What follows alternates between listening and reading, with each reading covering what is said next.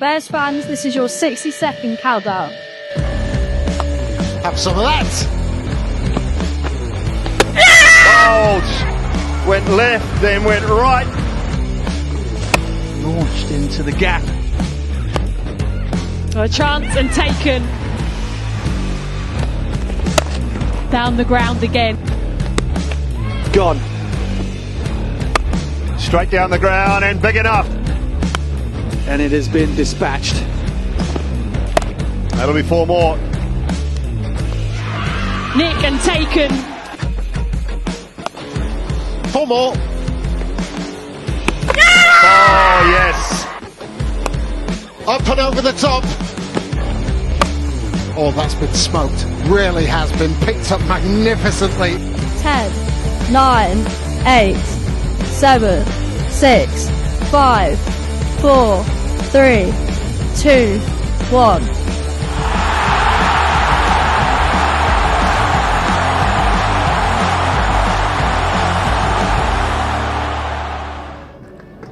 Good morning, welcome to EdgBLASTon. It's another Vitality Blast double header under fairly cloudy skies, which is something we've not had here for the last few weeks. The Bears women's side in action this morning. They take on bottom of the table Yorkshire in yet another must-win game if they're going to keep their hopes alive of qualifying for the semi-finals of the Vitality Blast. And as ever, alongside me today we have our top team, esteemed journalist from down under and from Birmingham, dual citizenship all the way. It is, of course, Mel Farrell. All right, thanks, Babs. That's all right, yes, indeed. Good day, mate. Thanks, Bab. That's No. how it works. No, okay, it doesn't work like that. And of course, over in his den, and he'll be slipping over to join us in commentary today as well, we have the Badger himself, Mr. Aaron Viles. Yeah, good morning, Adam. Good morning, everybody, as well. Should be a great day here at EdgBLASTon. Double header on a Sunday. Doesn't really get much better than that. Thank you very much. And we will dig into some stats. He's been beavering away about this Yorkshire side, and we'll get some details from him. So let's get to the important stuff first of all, and the toss, which has been won by the Bears, and they have chosen to bat first, which, given their recent form when batting first, Mel, is probably no great surprise. No, they like to lead from the front. They've got the power up top with Abby Freeborn, who was great. I thought she came up and joined us in commentary. Found her really insightful, actually. She's been in terrific form, even when she hasn't had the likes of Davina Perrin and Meg Austin up there. She's generally given them a really good start. So it's no surprise. It looks like it's the same pitch as we've seen for the last couple of games here. So that's going to be an interesting factor, I think. Just intriguing to see how that plays, because it did look a bit harder to score on the second time. First time was an absolute belter for batting. The second time was a little bit trickier, so yeah, going to be interested to see how it holds up on a third running. Quick word on Abby when she did pop up, because she popped up in the second stream of the day, the men's stream the other day, and it was quite interesting that she had no idea how many runs she'd scored. She thought she'd scored quite a few, but she wasn't actually on top of her numbers, which I thought was really strange for a cricketer not to kind of have a handle on just how well they've been doing. She's so incredibly modest as well. Oh yeah, she is super modest. Look, I'll be interested to see what kind of field they set for her, because we were talking about the other day just how strong she is through that whole kind of point region, backward point, just in front of point. And yeah, it'll be interesting. If it was me, I reckon I'd have 3 fielders around that kind of region for her, because she's so strong. She's got other scoring options as well, and she's also been taking a lot of catches. The ball follows her. But you look, there's a lot of options in there. Georgia Redmayne, really important contribution from her last time out, one that I think we've been looking for. So I'll be interested to see if she backs that up today. I thought the other thing from Abby as well was just talking about the work she'd done throughout the winter, in terms of, because obviously she had a couple of opportunities last year, but not huge amounts. And as she said, I've been picked, I've had a chance to show, but actually during the winter I really worked on kind of the bat face and that kind of way. And I thought, when you kind of listen to these people explain, and these talents explain how they go about it, for some of them it just doesn't happen naturally. There's so much hard work that goes into making those small improvements. And sometimes it doesn't end up coming with results. Even as they work hard, something doesn't click. But certainly for Abby Freeborn, things have clicked this summer, and they'll be looking for a big performance from her today, I think, as well. They want to finish this tournament. We don't know. They can still make it. They can still make it. It's tough. That's it. If they're going to need a big performance by her, but not just her. It needs to be down there. And you look at like the Taylors and the contributions that they make between them. The Taylors are twin trouble in more ways than one. So yeah, there's a lot of options there. But I'm really looking forward to seeing how this Yorkshire side shapes up today as well, coming off the back of their first win in the tournament, and on paper they look like they should have won more. Yeah, they do. It's a bit like the Bears at the start of the campaign, when it looked like they should be winning more games, but obviously had that wretched run in batch one, but they've won the last three. No surprise then really that the team is unchanged for the fixture today against Yorkshire, still without the likes of Davina Perrin, who we understand has maybe picked up a little bit of a niggle while she's been away with England Day. Obviously Caris has been away with England Day, Alexa as well, Meg Austin still injured. So there are options, but in terms of kind of a first choice 11, Aaron, this is probably as good as it gets. Yeah, completely agree with that. And I think for both of these sides today, I mean, there's plenty of power in the batting lineup. Got some excellent spin options as well, as I'm sure we'll discuss a little bit later on in the broadcast. So yeah, for Warwickshire at this stage, as you both said, it is must win. It's very, very difficult. Just looking at the table, there's quite a big gap between them and the Blaze and Durham, who are in third and fourth respectively. But you never know. You've got to give yourself a chance, haven't you? A bonus point win today? Who knows?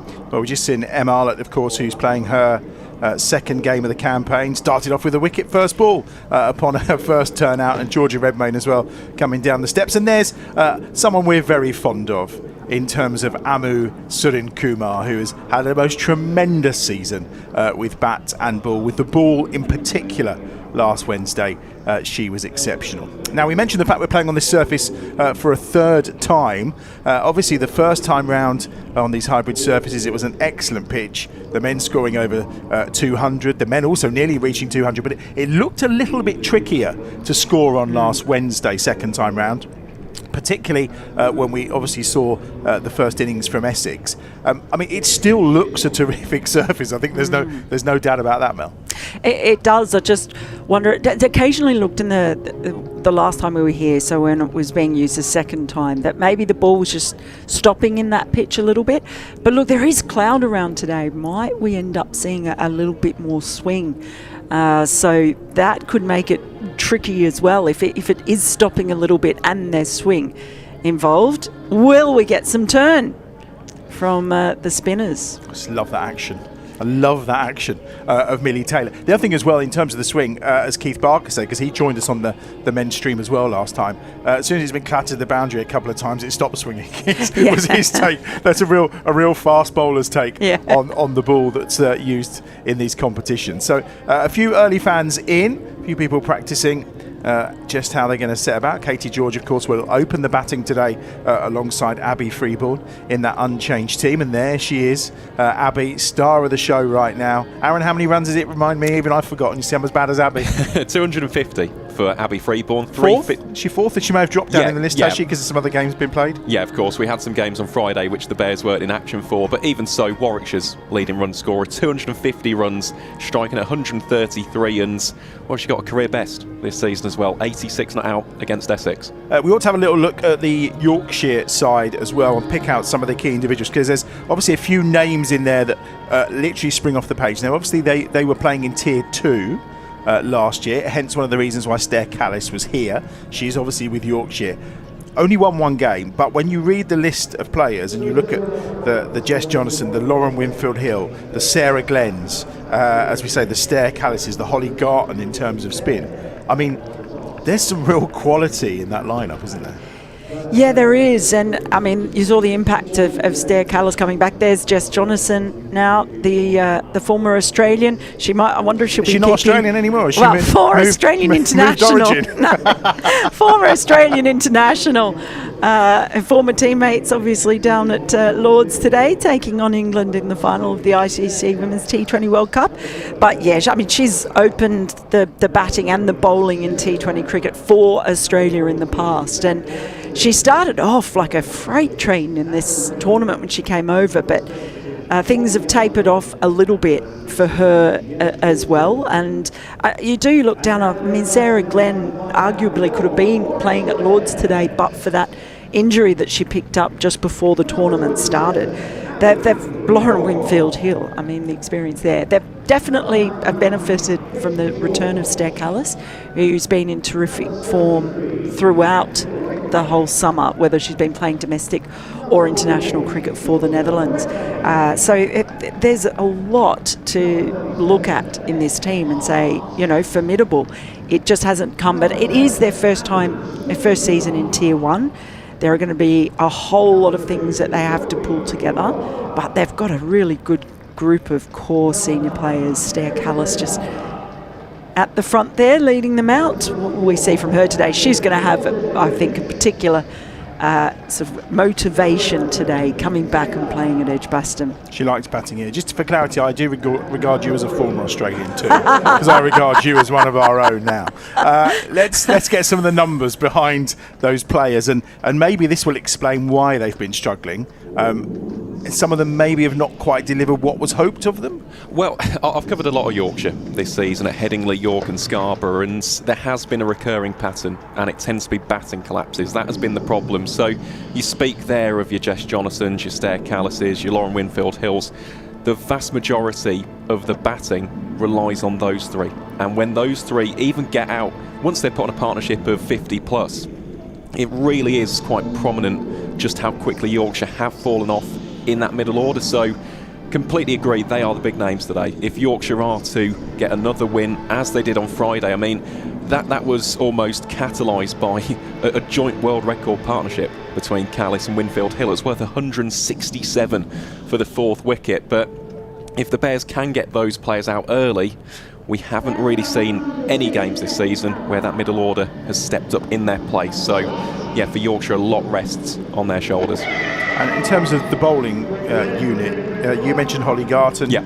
Good spinner? Very good young spinner. Yeah, completely unafraid, very confident, has good variations out both the front and the back of the hand. And as for the seamers as well, we haven't really seen the best of the likes of Jess Woolston and Beth Langston. Between those three, they've got 4 wickets this season, have made multiple appearances. They've had good spells, they just haven't been able to provide those consistent breakthroughs. So also watching out for those two, particularly today.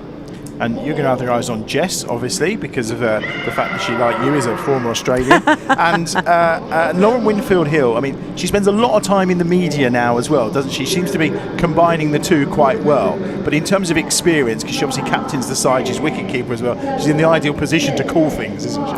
Well, yeah, she is. She's got a great cricket brain. And I actually, whenever she comes on, I really like listening to her on the various podcasts, because she usually has some really good insight and great points to make.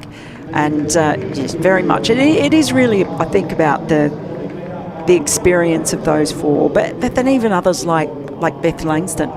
The amount of experience she has. I saw them play up at Chesterfield a couple of weeks ago, and it was precisely what Aaron said about the batting collapses. But Beth Langston sort of stepped up a few times. They had some really young players in there. That's probably where the Tier 2 coming into Tier 1 factor is important, is that yes, they've got those senior players, but then below that there's a lot of inexperience, and they weren't playing in Tier 1 last year. So for a lot of the younger players coming in, it's a massive step up for them. So you know, they will get stronger, I'm sure, year on year.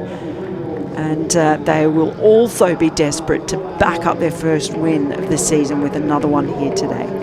huge day of sport today wherever you turn. So thank you for joining us on the stream this morning. A reminder, from 3:30 today, the men take on Gloucester. Obviously they met in the first Vitality Blast game of the season down at Gloucester, which looked like it was going to be a comfortable win for the Bears, but turned it into a crushing defeat in the end. So can they turn that around later? That'll be on a separate stream coming up.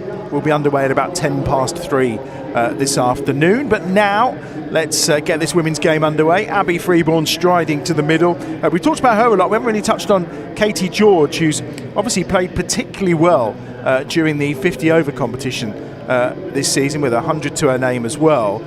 Hasn't really had a chance yet to make her mark in 20 over cricket, and the Bears could do kind of with her coming to the party today, Aaron. Almost definitely. I mean, we all know the class of Katie George, someone who's very strong through, especially covering down the ground, and she has really become an out-and-out specialist bat now. She no longer bowls, regardless of the format. So, yeah, completely agree. Would be good to see Katie get some big runs today. Hannah Rainey is going to get us underway from the pavilion end, and it will be Abby Freeborn who is on strike. Our two standing umpires in today's game, Sam Hollingshead and Mohammed Wasim, and we are off and running, and it's on the toes with a bit of swing to Abby Freeborn straight away, so not giving her any room to play through point and backward point where she likes to, and it's 1 to the total. Yeah, and it's a leg bye. It's funny you mentioned that region, because I got here very early this morning, a little bit bored, needed something to do, so I did some maths, as you do as the resident statistician. So I looked at the wagon wheels from every single game so far. Abby Freeborn through point and backward point has scored 81 of those 250 runs through that specific region. Wow. 32%. That's very diligent of you. Yep, it is. Very impressive too. First ball for Katie George to face from Rainey, and that's floaty and outside the off stump, and just be 1 to the total. Got good contact on that, Katie George. As we said, she really kind of flourished in the 50 over, but got her first chance a couple of games ago in the 20 over format and the blast format. Not really kind of shone so far. No, that's completely fair. 32 runs prior to this game, striking at 110 and a high score of 23. We all know that Katie George, far, far better batter than that. Freeborn back on strike. And there we go. Through the gap. And not quite going to reach the ropes this time. It's going to be cut off. Just opened the face, running it down to wide of third, and it's 2 to the total for Abby Freeborn. It's funny because she doesn't even hide the fact that's where she likes to play her shots, does she? She said the combination of her and Meg, because Meg obviously plays very straight, whereas Abby is looking for those angles. Yeah, and that is why Jess Walston is down there at deep backward point. That one went a little bit finer than perhaps Abby would have hoped for, but yeah, that's good field placement from Winfield Hill. The other fielder who's outside the circle is at a deep square leg. It's backward of square, actually. It's a decent ball, that from Rainey. Just forcing Freeborn onto the back foot defensively. 2 balls to come in the first over then, 4 without loss. And looking at the maths of qualification, there's a lot of things that have to go right if the Bears women are going to get into that 4th spot, isn't there? Yeah, there is. So, including today, the Bears have 3 games remaining, whereas the Blaze above them actually have a game in hand, so they've got 4 games. Nicely struck again by Freeborn. Not off to the flyer in this over that we're used to seeing, but actually that's down to a really nice bit of bowling here from Hannah Rainey, who's clearly done her homework. Yeah, most definitely. And I love the fact that Winfield Hill has kept Jess Jonathan at point. Again, I've seen a lot of Yorkshire this season. She has taken some absolute pearlers in that position. So she's put one of her strongest fielders in that danger area. Last ball of the first over then. And picks her out immediately. And it's a dot ball to finish. And that completes the first over. 6 without loss. And who will open the bowling from the Birmingham end is the question. I mentioned there's a few clouds around. It is 4 without loss. I thought so. I wonder where 2 runs had appeared from there on our on our scorecards for a moment. No rain forecast. Does look quite, it's overcast, not threatening, nothing too grey. I thought there was the odd spot as I arrived at EdgBLASTon this morning, but we seem okay at this moment in time. And coming on from the other end is going to be Jess Walston, who's going to open the bowling for Yorkshire. How's her campaign gone so far? Well, I spoke about it before, just the 2 wickets with an economy rate of 9.25, and again, I've seen an awful lot of Jess, not only in Tier 1 but Tier 2 last season. She is one of those go-to strike weapons with the new ball, gets a lovely amount of lateral movement with the in-swinger, so she'll be hoping to add to that collection today. She bowled well against Somerset on Friday, and I think that will be the modus operandi, looking to tail it back in. In 1 minute, Sarah Glenn was going to short fine leg in the circle. Now she's kind of almost gone to the short third, or even a fly slip, you could probably call it. That's cut away into her hands almost, but she puts it down. Well, Sarah Glenn, you would think, would have taken that. She was positioned perfectly for it. Woolston's ball outside the off stump, and Katie George has a life. Yeah, it's one of those which, I mean, it was a catchable height, but maybe just burst through the hands there of Sarah Glenn. I spoke about the in-swinger, just looking at the field placement here, of course. You've got Amy Campbell at slip and Sarah Glenn there. Maybe it is just bowling it a little bit wider, looking to get the Bears openers to flash the hands at it. Well, again, we do have someone on the boundary for Abby Freeborn. That's no great surprise, is it? 5 without loss. Sneaking a single then off that drop chance to Sarah Glenn, and it does bring Freeborn onto strike. That's close to being a wide. May have landed on the actual blue line, but the umpire happy to let that one go. Very floaty from Woolston and full. Yep. Again, just looking to take a little bit of pace off and see if there is any additional help from the overhead conditions. It is very overcast, isn't it, compared to what we've seen here in previous match days. It is still quite warm as well, in the early 20s, so it's going to be quite a muggy afternoon if this cloud cover stays, which I think it's predicted to. Woolston, full and straight, and there's no run. Good start from the Yorkshire bowlers.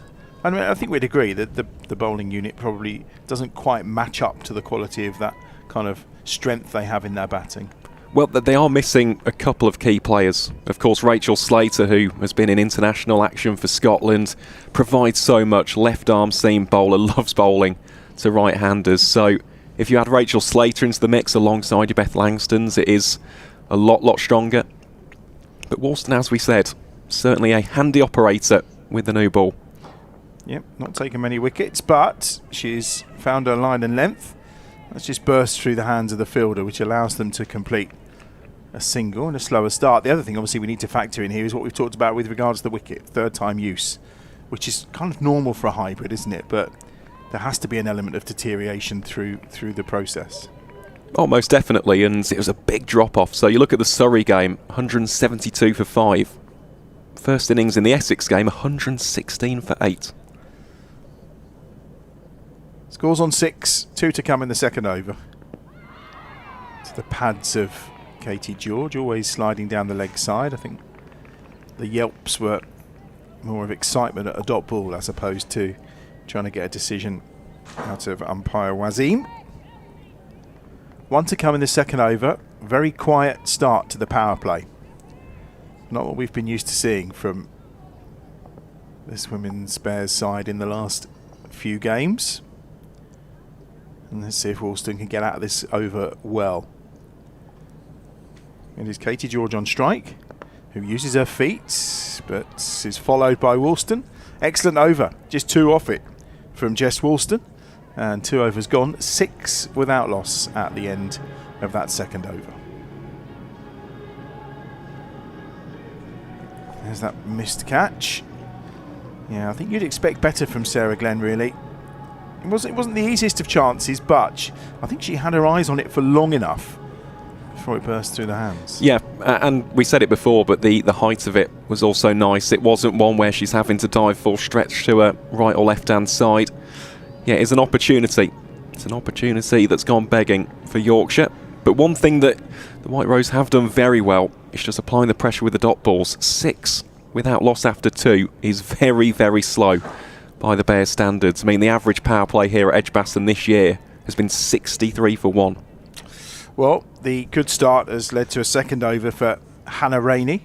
She went for 3 in the first, and Abby Freeborn immediately trying to find solutions.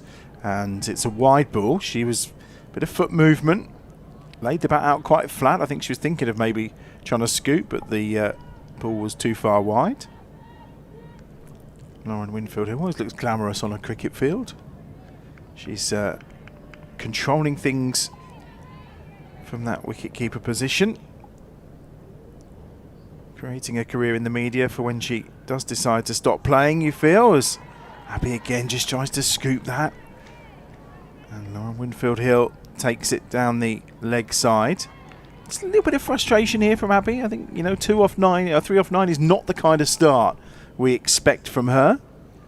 It isn't, but what we saw in the Essex game, for example, in both of them actually, especially down in Chelmsford, there was that early release, which was the late cut through backward point. That isn't available today. So she's had to go a little bit more inventive. She's driven that beautifully. Well, that's the alternative, pitched up by Rainey, through the covers for 4. Lovely shot from Abby Freeborn, and she says, well, okay, if you're not going to bowl it where I want you to, then I'll just have to take you on elsewhere. Yeah, she's very, very technically correct, isn't she? Abby Freeborn, nice balance there, just leans into the shot and guides it, bisecting the gap through extra cover for 4. But it's interesting just looking at this field placement, of course. They have got backward point and deep backward square. There's no fielder in the 25-yard circle at fine leg, so the scoop is on. That's what she's looked for a couple of times. And another dot ball. 11 without loss. I agree with what Mel says as well about Lauren Winfield-Hill when I've seen her on the telly with doing some broadcasting and also her podcast. She talks very well about the game, doesn't she? Oh, most definitely. And a lovely individual as well. I mean, I've spoken to Lauren a few times now at Yorkshire. Not that she'd recognise me, I don't think, unless... Aaron once met, never forgotten. Lovely shot again from Abby Freeborn. Rinse and repeat. 2 4s in the space of 3 deliveries. And it's a lovely shot. And 2 to come in the over.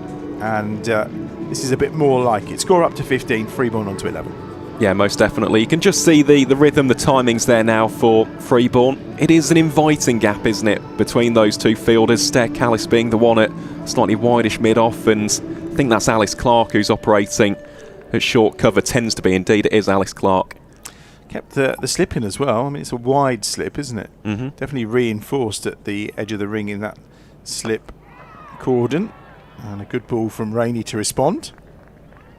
9 off the over so far. 1 ball to come. Freeborn on to 11.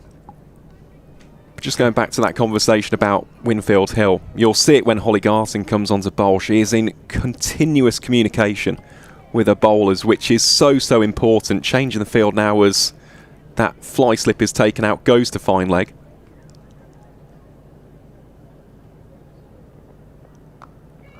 And then takes advantage of cutting away to the ropes for 4. Right in the zone for Abby Freeborn. Plays the shot beautifully as well. Score moves on to 19. That's an excellent over. 13 from it.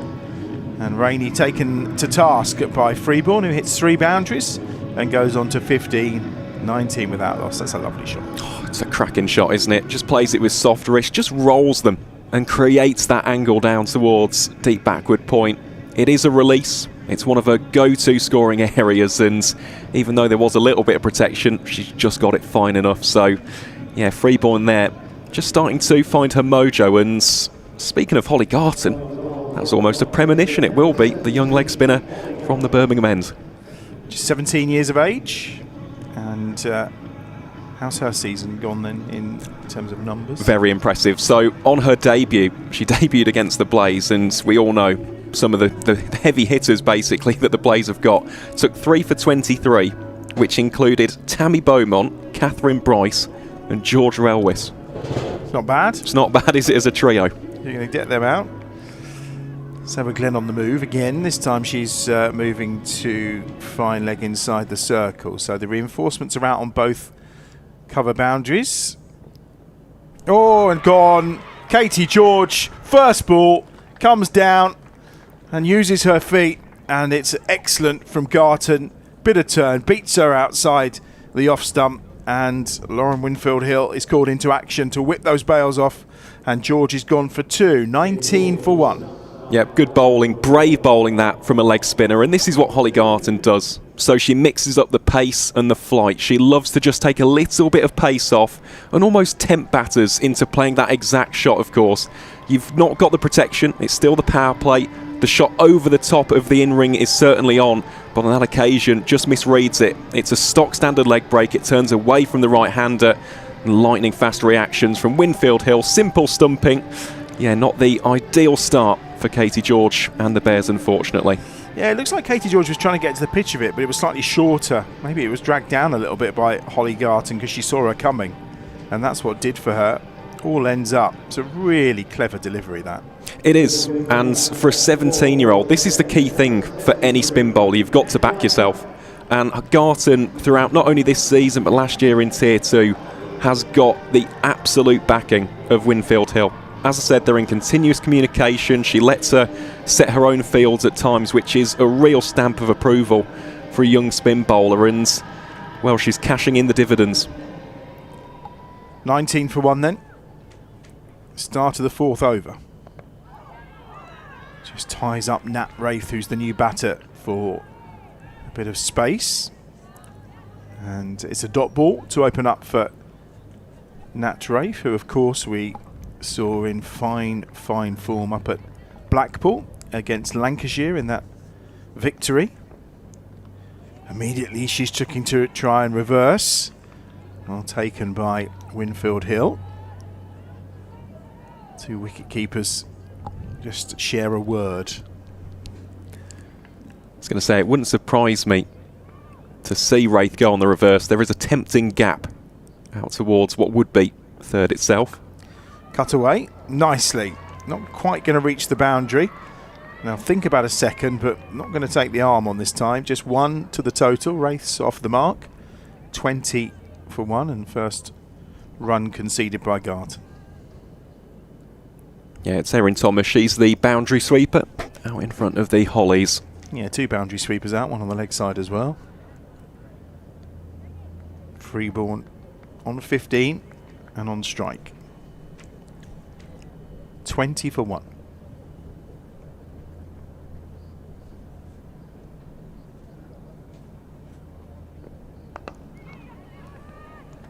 Pulled into the leg side. Again, just going to be 1 to the total. An exceptional first over from Holly Garton to date. Fielding done by Hannah Rainey. Last ball of the 4th over to come then. 21 for 1.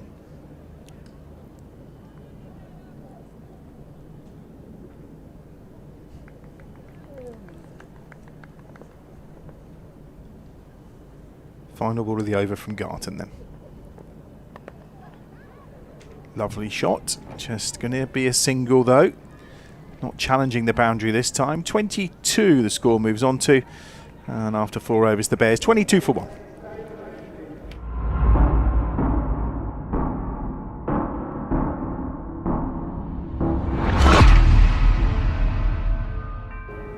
Excellent opening over from Holly Garton. Let's have a look at the wicket again. And as we say, Katie George coming down nowhere near the pitch of the ball, and it's turned beyond the outside edge of her bat. Simplest of stumpings for Winfield Hill. Yeah, it was, but again, it comes back to the confidence there of Garton. Nice seam presentation as well. Just looking at the angle there of the seam, allowing it to just kiss off the surface and, well, turn away from the right-hander, which is precisely what it did. And yeah, that is a tremendous start for the youngster. Now, you know me, I'm never a fan of a third over on the bounce, but Hannah Rainey's getting a third over on the bounce for Yorkshire. Nat Wraith immediately just looking to try and scoop her because of the fielders being inside the circle, and there not being one at short fine leg. It's a gap that Lauren Winfield Hill seems happy to leave and almost try and tempt these Bears batters into playing that shot. Most definitely. It is. It's weighing up that risk versus reward, isn't it? Because, of course, they can bring in 2 dismissals into play. You've got the stumps, of course, being disturbed and the caught behind. Rainey again. Wraith this time more conventional. Cuts away for a single to the point boundary. A backward point boundary, should I say. That's 1 more to the total. Fielded by think it's, was it Thomas out there? It's Jess Walston. Oh, it's Jess Walston who's out there. Thomas is out at deep backward square. She's on the other side. 23 for 1. Free ball on strike. 16 off of 15. And Abby's strike rate this year, I mean, we'll check on that in a moment. It's been fairly impressive. Just turns that round the corner for 1. Will just be 1. I'm guessing she's been striking at, what, 140 maybe? 133. 133. Okay. For Freeborn this season. But in fairness, it's almost a duality. It's a duality in the sense that when she's got low scores, it's a very, very low strike rate. But when she gets over 40, suddenly it leaps up to 150 plus 160. One of the big words for a Sunday morning, duality, okay. Oh, we'll keep them coming. I'm sure Mel will as well. 9 balls left of the power play, 24 for 1. Fall from Rainey and dispatched by Rafe. Got what it deserved. Full toss on the pads. And Rafe has her first boundary of the afternoon. Or morning, even still. Yeah, a bit of a gimme that, wasn't it, from Rainey on that occasion. Just getting the, well, line and the length wrong. Turned into a full toss and zero protection out there as soon as it beats the infield. Guaranteed to be 4. And that'll just give Rafe a little bit of additional confidence. Yes, it's a shot that she'll be playing breakfast, lunch and dinner, but yeah, you've got to cash in on those. And she certainly has done right there. Oh, that's a short ball. Good response. Nat Rafe wasn't sure really what to do with that then. Nice comeback from Hannah Rainey. 28 for 1. And 1 ball remaining in the 5th over. Going to be one of our lower power play scores unless they go mad in over 6, I think.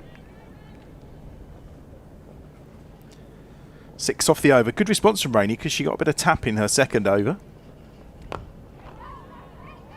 Quick single. Direct hit. I don't think would have caused any problems, to be fair.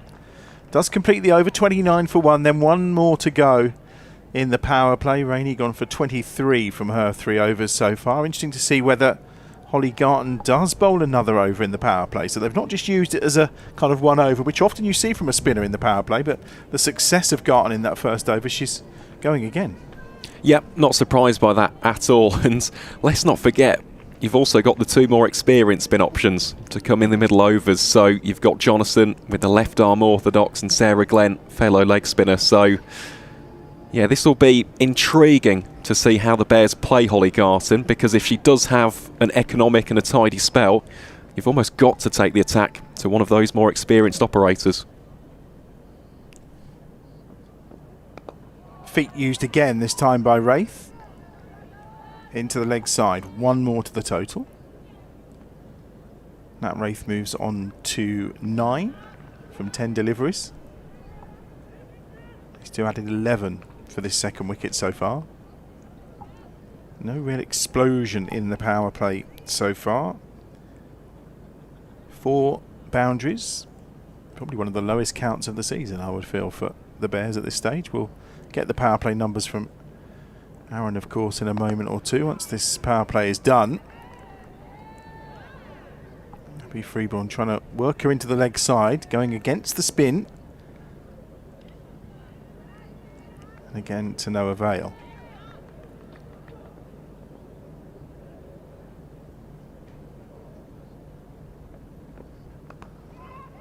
It's a good shot. It's going to be stopped on the ropes. Oh no, it's through the fingers. Well, that's poor on this occasion from Erin Thomas. Another boundary for Abby Freeborn. Slightly more fortuitous than usual. Yeah, it was a well-executed shot, but that should really be cut off by Erin Thomas. If anything, she's almost overcooked it and gone past it and couldn't quite get the hands down in time after. 34 for 1. Garton concedes her first boundary. That's in the air this time from Freeborn. Safe. Just a single. She's on to 22 off 19. 35 for 1. 2 balls remaining in the power play.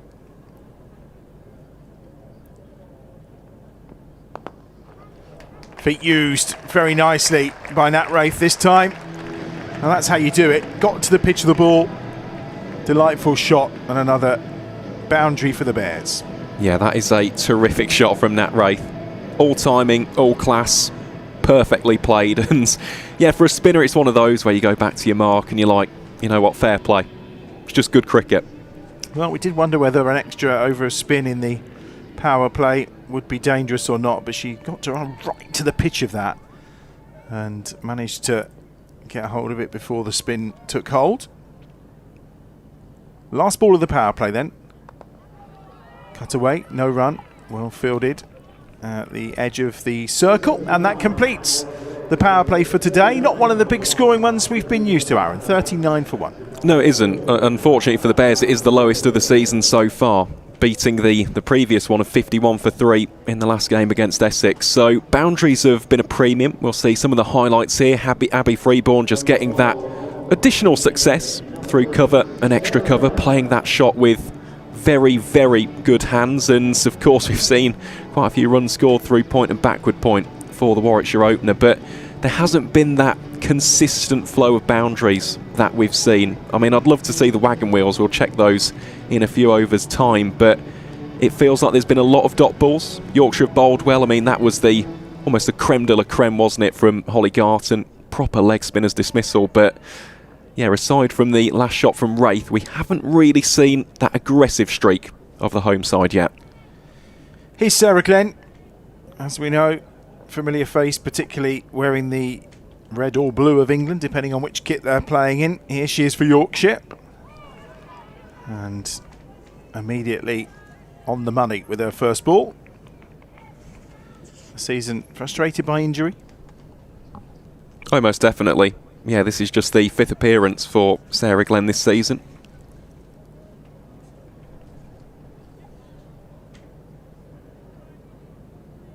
Shifting the field a little here to Nat Wraith, who's on 13. Just a tad over a runner ball so far for the Bears wicketkeeper. Outside half of the bat, and it's well fielded.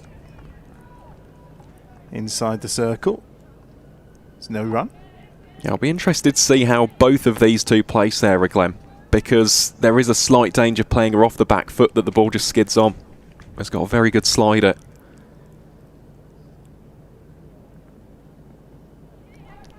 Goes into that vacant gap on the leg side, fine.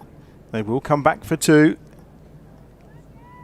So a conscious decision from Winfield Hill to leave that area open still. It is. It's interesting, really, especially against Wraith, because she has got the paddle. And I think, actually, we may be seeing that gap plugged right now. Indeed, we are. Holly Garton just coming across. I think that's a wise decision. It was almost a little bit of a gamble early doors, but at this stage, you don't want to leak those easy 1s and 2s. That one was in the air all the way. It would have been out had the field have been there in the first place. Obviously, she may not have played the shot, but takes another single down the ground. 4 runs from the first 4 deliveries of the first over outside the power play. 43 for 1.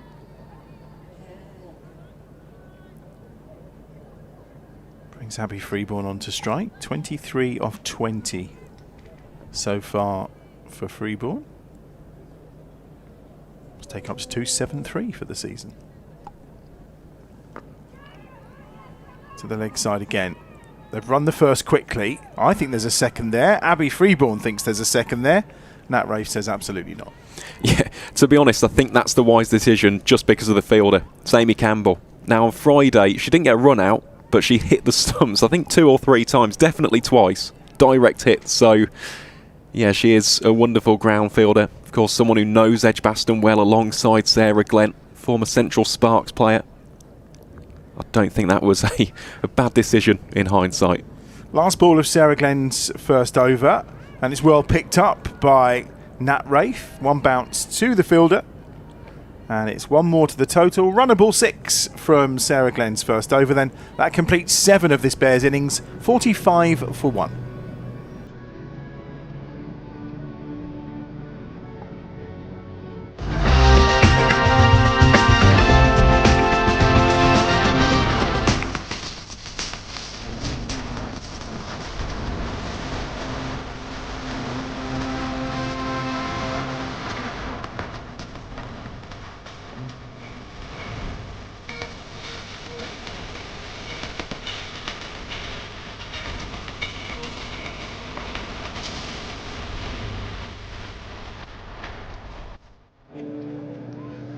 Holly Garton has taken a breather after her 2 overs, 1 for 13 so far. We're going to see pace back into the attack and a bit of seam bowling from Langston from the Birmingham end. Cut away with some power by Nat Wraith, but straight to the fielder on the boundary rope. 1 to the total.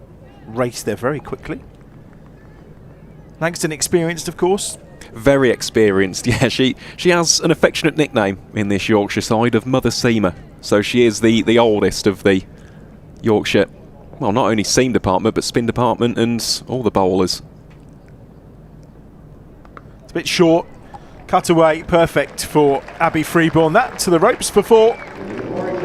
Way too short from Beth Langston, and it got the treatment it deserved. Yeah, a little bit of a loose to that from Langston. Again, just looking at the field, there isn't any protection really out there, and well, the team 50 is brought up for Warwickshire, brought up from 7.2 overs. We just see a replay there. Freeborn again, just rolling the wrists really on that one as it spirals down towards the vacant space, and I think we are going to see a change in the field.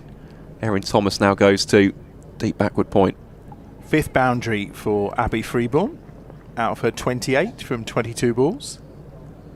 Exactly 50 on the board. Hits the pads always well down the leg side, no serious appeal from any of the Yorkshire players. It's a leg bye to the total, 51 for 1. Brings Nat Wraith back onto strike. And Wraith has just kind of played herself into form, hasn't she? Yeah, definitely. In recent weeks, of course, had that wonderful 83 against Lancashire.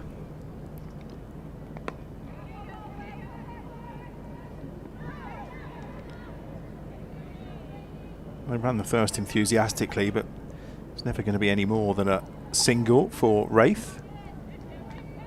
Well, there's so much protection on the boundary on the onside, isn't there? 3 boundary riders compared to just the 1 on the offside. 5-4 split here for Langston. Yeah, it's interesting to see what Langston's tactic is. Onto the pads again, so very much steering clear of anything with width outside the off stump to Abby Freeborn. Very much angling on the pads, to be fair to both players. That protection, happy. They almost seem happy to concede a single onto the leg side. That seems to be the plan. Although they have still got, like you say, it's a 5-4 split. A lot of infield protection on the offside. Last ball of the over. Wraith comes down the ground, and it's going to be 4 more to the total. Wasn't perfectly timed by Nat Wraith, but there was enough power in it. Takes her into the 20s. And the Bears on to 57 for 1 after 7 overs. And that run rate just sneaking up, just over 7 and over now after what was a fairly quiet start. Yeah, most definitely. The partnership as well ticks over to almost 40, now 38 between these two, and I like that shot for 2 reasons. First and foremost, it's an area of strength for Nat Wraith, as we saw against spin.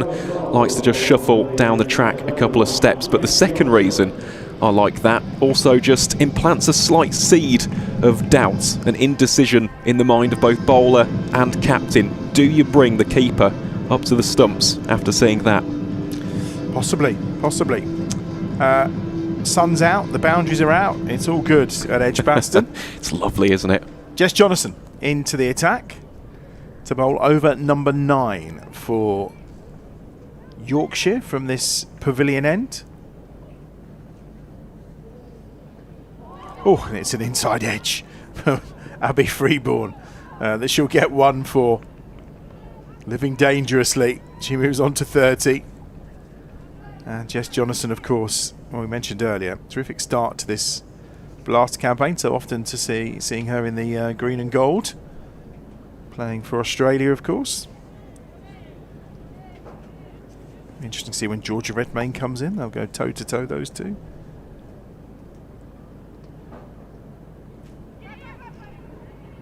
Reversed round the corner just for 1. Sarah Glenn was in tight, but still managed to complete the single. Yeah, this is the thing though with Jess Jonathan. Even if she's not taking wickets in a game, she almost just holds up an end. A bowler who I like to describe, I love this word, metronomic. That's 2 long words this morning. It's not even midday, or it is midday. Into the leg side for 1. Please expand on your metronomic description. With pleasure. So she can just almost hold it on a good length time and time and time again. She's not looking for massive variation. She's not looking for noticeable changes of pace or length, although that is gone. Yeah, Wraith's gone. Well, that's clever from Jess Jonathan. I mean, you just mentioned she's not looking for changes of pace or line. She followed her and she spotted she was coming. The experience of Jonathan pays off. Wraith was looking good. She's gone for 24. The partnership of 41 is broken and the Bears are 60 for 2. Yeah, big wicket that for Yorkshire to get. Nat Wraith was just beginning to settle into a groove, wasn't she? Utilising the footwork yet again. She goes for it on this occasion, but this is the danger with Jonathan. It's a slightly rounder arm action. So in comparison to, let's say, Holly Garton, who gives it a bit more flight, you can almost meet the pitch of the ball. With Jonathan, it just stays lower than you expect as a batter. So in the end, he just sneaks through Winfield Hill, well positioned around that leg stump, and yeah, whips off the bails in a flash. And you wanted this battle, Adam. You've got it. It's the battle of the Brisbane Heat and Queensland teammates as Georgia Redmayne enters the middle. She does, off the back of a good innings last Wednesday, which certainly helped the Bears to victory. 60 for 2, Freeborn's on 31, and the class of Jess Jonathan. And again, 2 stumpings already. Can't keep Winfield Hill out of the game, can you? No, you can't. The clever bits of bowling for both of them. It is. It is. And to be fair, I can see what Wraith was trying to do, but against a bowler like Jonathan, you have to get it bang on, because otherwise you are getting stumped, especially with Winfield Hill operating there. 60 for 2 then. Redmayne's on strike. Delicately played out for a single. It's well run. Picking up singles to close fielders in the circle. It was Garton that fielded on that occasion. Is always nice. Redmayne off the mark straight away. So Abby Freeborn on 31 from 26. She's kind of becoming quite crucial to this innings now, I think. Abby Freeborn from here. I think she maybe needs to hang around for a little bit. Another single to her. That completes the over. 5 singles and a wicket for Jess Jonathan, and some introduction for the former Australian international. 62 for 2 after 9. Yeah, very tidy start that for Jonathan. Good rotation of bowlers as well here by Winfield Hill. Just intrigued actually to see what we're going to get from the Birmingham end. I think it will be Sarah Glenn to replace Beth Langston as we see the replay here. You can just see the eyes lighting up there for Nat Wraith, and it just sneaks between the gap, doesn't it? Between the torso and the bat. Winfield Hill in a good position. Well, we'd already seen the inside edge in that over from Abby Freeborn off the first ball. Wraith went early and Jonathan followed her. 62 for 2. Here's Sarah Glenn then. She conceded 6 singles in her first over. And she maybe will be looking for a few more dot balls this time round. Trying from the other end, the Birmingham end. Just having a word with umpire Wazim. Wants him a bit closer. Disrupting her her run up.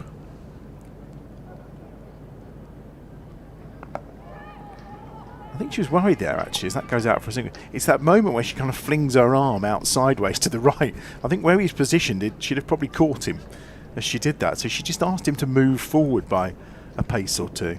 If you have a look when she bowls, I think that may have been the reason why she asked for that. I think you're spot on. Very courteous, that. Well, she's quite busy in her arms during her run up, isn't she? Bowling with the shades on. I always wonder if that's a tactical advantage because the batter can't see where you're looking. I say this as a very poor spinner myself, but you do feel better bowling in sunglasses. You bowl in sunglasses? Yeah, 100%. Oh wow, okay. There's something about it. You've got to unlock those little psychological advantages. Sunglasses. You don't bowl in a cap as well, do you? No. Good. Dot ball to Redmayne to start. Just looking at the field here, Adam. Again, complete green grass. This time down towards fine legs. So The sweep shot is on, should Redmayne want to go for the paddle. Just beat it outside the off stump. Kept quite low, skidded through from Sarah Glenn. Good take from Winfield Hill. 63 for 2. Midway through the 10th over.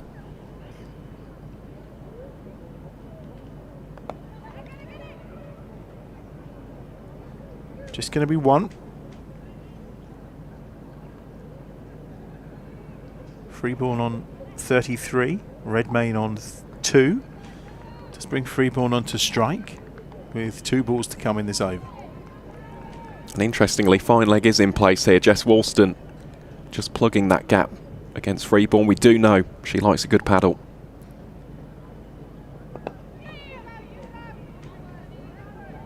Who doesn't like a bit of paddle? Oh, paddle as you mean, yeah, not paddle. I've not played paddle yet, you know. I have, yeah. It's good. Is it? Yeah. Don't have to run as much, so I mean, that's a bonus. Well in for that. It's footballers, cricketers, they're all playing paddle. 1 ball to come. It's the new golf. It just takes a lot less time.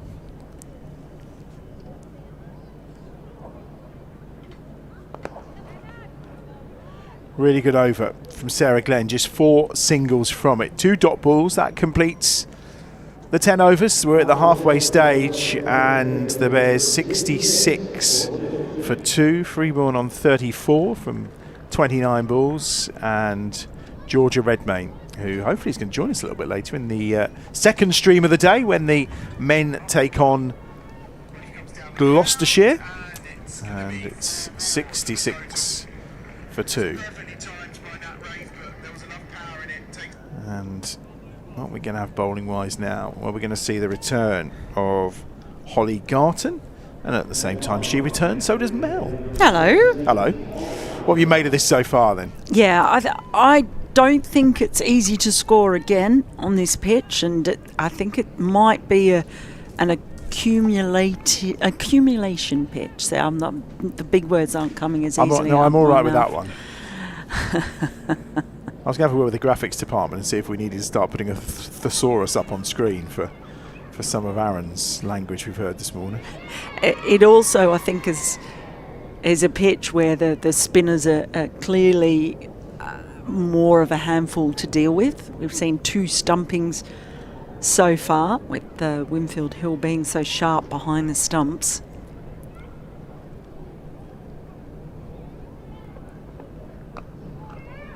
Garton's cut away nicely by Freeborn.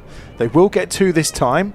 There was a little hesitation from Georgia Redmayne as to whether the 2 was on.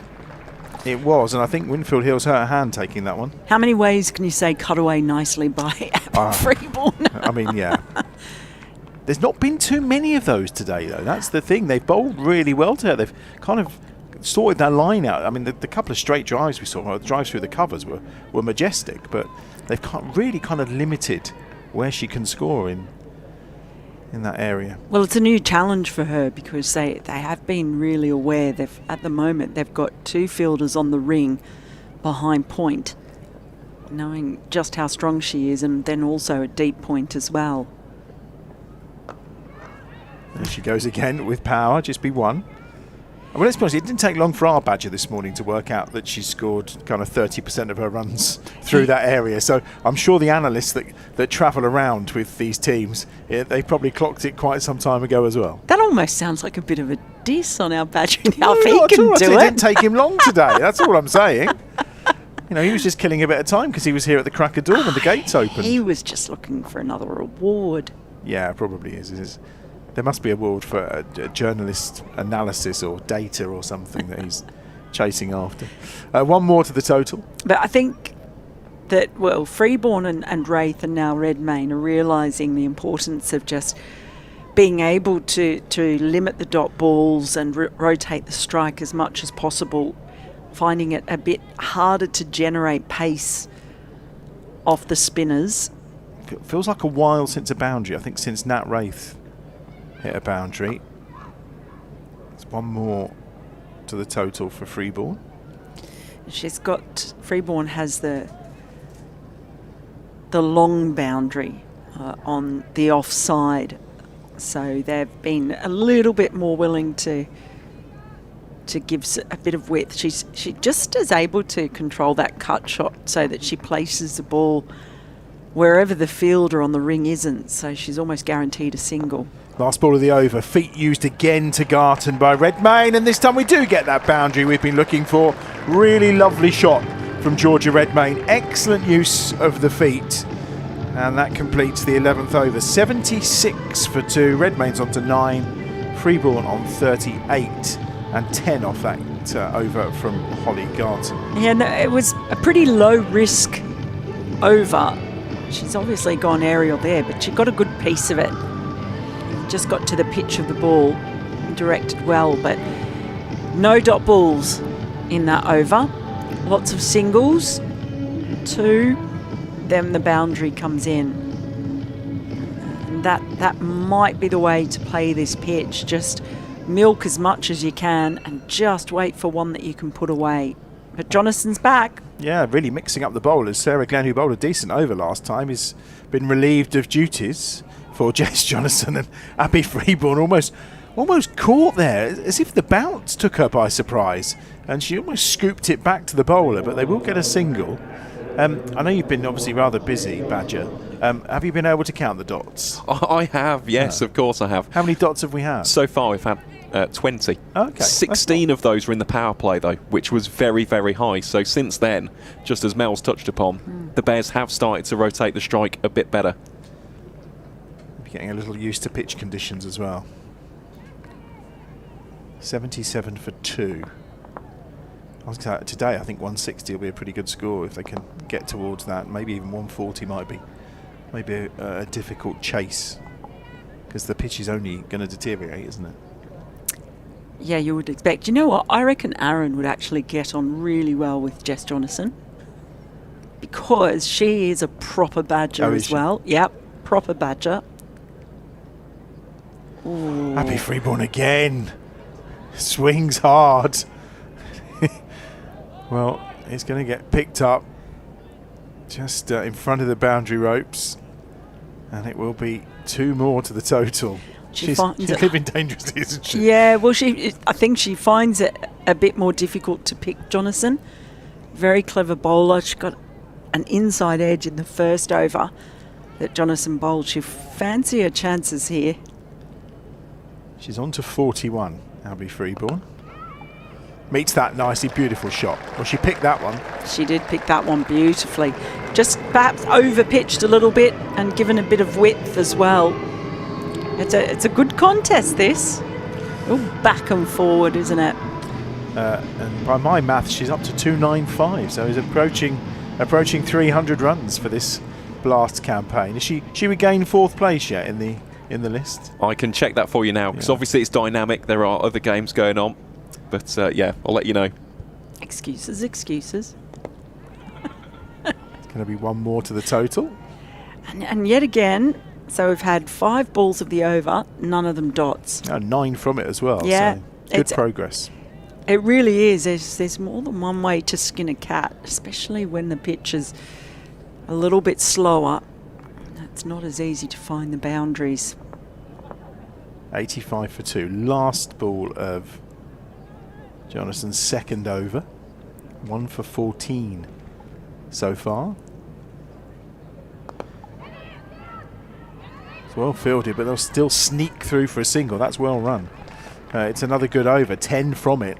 86 for 2 after 12 overs. And also, you're right, it's dynamic today because we've got games going on. Probably worth checking in on the game that the Blaze are playing in as well to see how they're doing.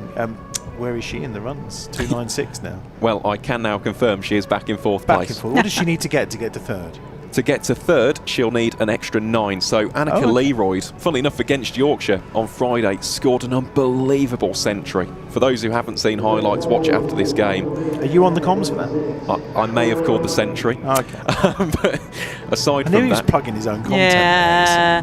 No, but seriously, some of the shots, some of the sixes that she hit at Headingley were quite spectacular. But yeah, for Freeborn, closing in on 300 for the season. Hannah Rainey is back to bowl her last over. over 13 of the innings. So leg side field is out. Offside, the ring is far more heavily populated. This seems to be the plan, doesn't it? Redmayne gives herself some room to play into that offside, but picks out the one fielder who is on the boundary, and she'll just get one. They've bowled well to their plans, haven't they? It's very clear that they've looked. It's been a split field, but they're very much saying you can have if you want to play off the pads and have a single, we're good with that. Yeah, that's, look, we're only going to find out when Yorkshire come out to bat just how difficult it is to put that away. So leg side, short boundary, field out. Freeborn pulls it into the leg side. And there's the single. But I don't mind the way that Warwickshire are doing this at all. When was the last dot ball? There you go, there's one for your badge.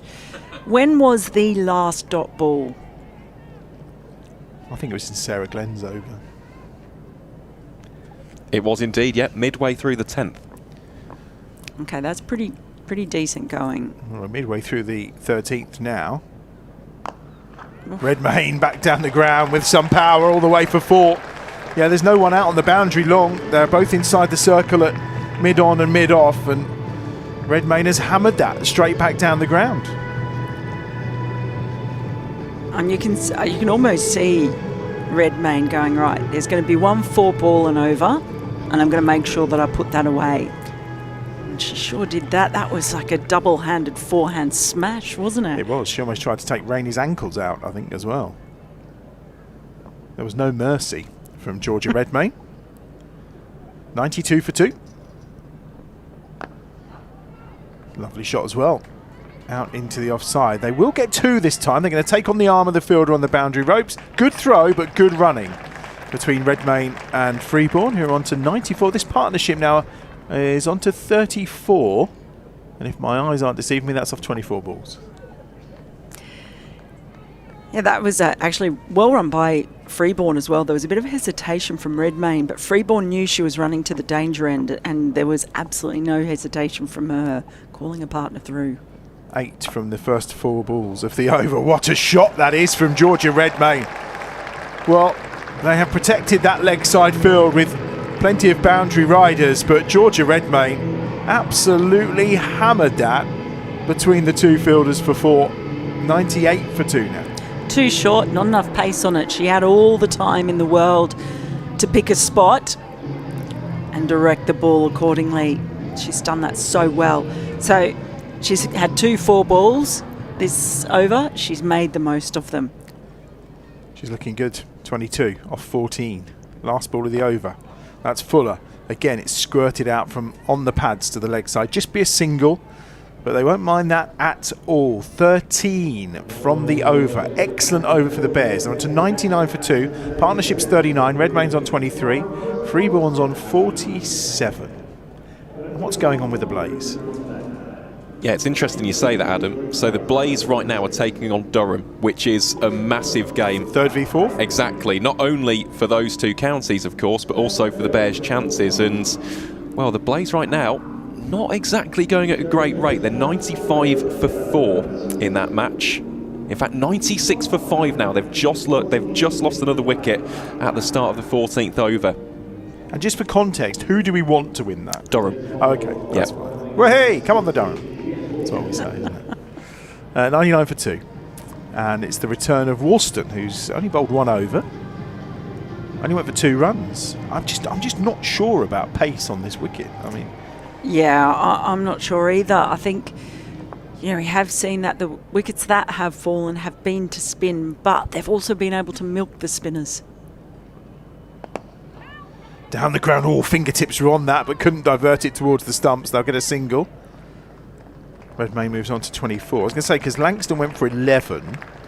Obviously, Hannah Rainey's finished. She's gone at 9 and over in her spell, whereas the likes of Sarah Glenn have gone for 5. Holly Garton's gone for 7. The 100's up, by the way, 100 for 2. At the same time, start of the 13th over, so 7 overs to go. I mean, at the moment, they're knocking them off at 10 and over, so that kind of 160 figure, but can they keep going at that rate? Well, they've been doing it without taking risks. Now that the paces are on, they might be able to use that a bit. I'm sure Abby Freeborn will try. Drives. Picked up by the fielder. Direct hit was going to be tight. However, umpire Wazim says not tight enough. Not out. Freeborn moves on to 48. That was close. A direct hit was going to be the problem, and boy, did they deliver. Brilliant throw from Stair Callis. It really was. And they were very lucky. It's like they've just... that was just... She's just in there, isn't she? yeah. But it's like they've decided, right, we're going to score off every ball here. We're just going to do it. Redmayne on strike. One more to the total. He's bounced awkwardly for the fielder then off the used wickets and the practice wickets, but Rainey did well. Still no dot balls. Now midway through the 14th. And it's midway through the 10th. That's pretty good going. 102 for 2. I think it's going to be at the point 2. These two now set where we see them start to go big. 3-1 on 48. Outside edge. Just gets the 1. On to 49. So the last 5 overs in particular, I think, we really might see them start to play some bigger shots. It can go one of two ways, but they've maximised the scoring opportunities off every ball possible. And for Yorkshire, just need to see if they can find a way to apply pressure, string a few dots together. Just missing the boundary this over. Redmayne into the offside just for 1. It's still a runner ball. Still no dots. 104 for 2. Redmayne 26 off 18. Partnership's 44. And Freeborn on the cusp of another 50, which will be the 4th of the season in this competition for her, and will also take her past the 300 run barrier in the Vitality Blast. There's a little spot at backward point. In the air, and it's through Sarah Glenn, and it's going all the way to the ropes for 4, and that's the 50 for Abby Freeborn, who moves on to 53, her 4th 50 of the campaign. 108 for 2. Strike rate, well, look at that, 132, and she's been going at 133 throughout most of the campaign. So it's a typical innings from Abby Freeborn. Well, it is in some ways. I mentioned there was the gap and a backward point, and she just got a little bit too fine to give Sarah Glenn just a little sniff. But it has been typical in that her scoring zones have been there. She hasn't necessarily been able to find the rope as easily as she has on other occasions, but she's picked out the gaps, she's run hard, and she's scored off almost every ball she's faced for the last 5 overs. Well, 7 boundaries in that 53 down the ground from Georgia Redmayne for another boundary. Starts the over against Holly Garton in style. Yeah, this is the dropping of the hammer that I was talking about. They're both pretty well set now. One's got the 50. Redmayne has been scoring, finding the boundary a bit more easily since she came in. And I think we might see these two start to take a few more risks now. 50 partnership as well. 52 off 33 balls. Using her feet well, Redmayne picks out the fielder this time. Dot ball. It's a dot ball. First time since midway through the 10th over. You almost gave me a heart attack, you two. Then I was like, my God, what's happened? What did I miss? What have I not seen? There's a dot ball. Struve. Well, can Garton string together a couple? No, she can't. Nope. Full toss. Hammered into the leg side. Doesn't get probably what it deserved because it's only a single for Georgia Redmayne, who's on to 31. And that came, second ball of the 15th over. So we nearly went 5 overs with a runner ball. I mean, that's pretty good stuff. I think it's that they've summed up the pitch and they've recognised the best way to get to a defendable total. Freeborn drives into the gap, and it's not protected. It's going to be 4. Lovely shot from Abby Freeborn, who moves on to 57. And that takes her into 3rd place in the run scorers in the Blast. It does indeed. By 3 runs, she has just overtaken Somerset's Annika Learoyd to make it into the top 3. Still a little bit of a gap with regards to 2nd and 1st. Well, I mean, though, let's give everyone some context. 1st and 2nd are? Yeah, quite some distance above. And they are individuals, the players? I can tell you who the players are. They are Sophie Love, who's having one. a great season, isn't she? Yeah, fantastic. The Somerset captain. The other one, of course, who we mentioned on Friday, wanted to give her a little bit of a build-up, is the great Meg Lanning, who's playing for Lancashire. Exactly. So I think, for Abby to be 3rd on that list is mightily impressive. I've heard of Meg Lanning. Have you? She's a former She's Australian. a former Australian too. So we'll come on to whose camp you're in later for the big final this afternoon. 118 for 2. I know you always go about the Ashes. Well, I've got a foot in both camps. Well, Always a have. World Cup final. You can't be on both sides of the fence. Lovely use of the feet by Georgia Redmayne. She won't get a run for it. It's another dot ball, but still 10 off the over. 15 gone then, and it's 118 for 2.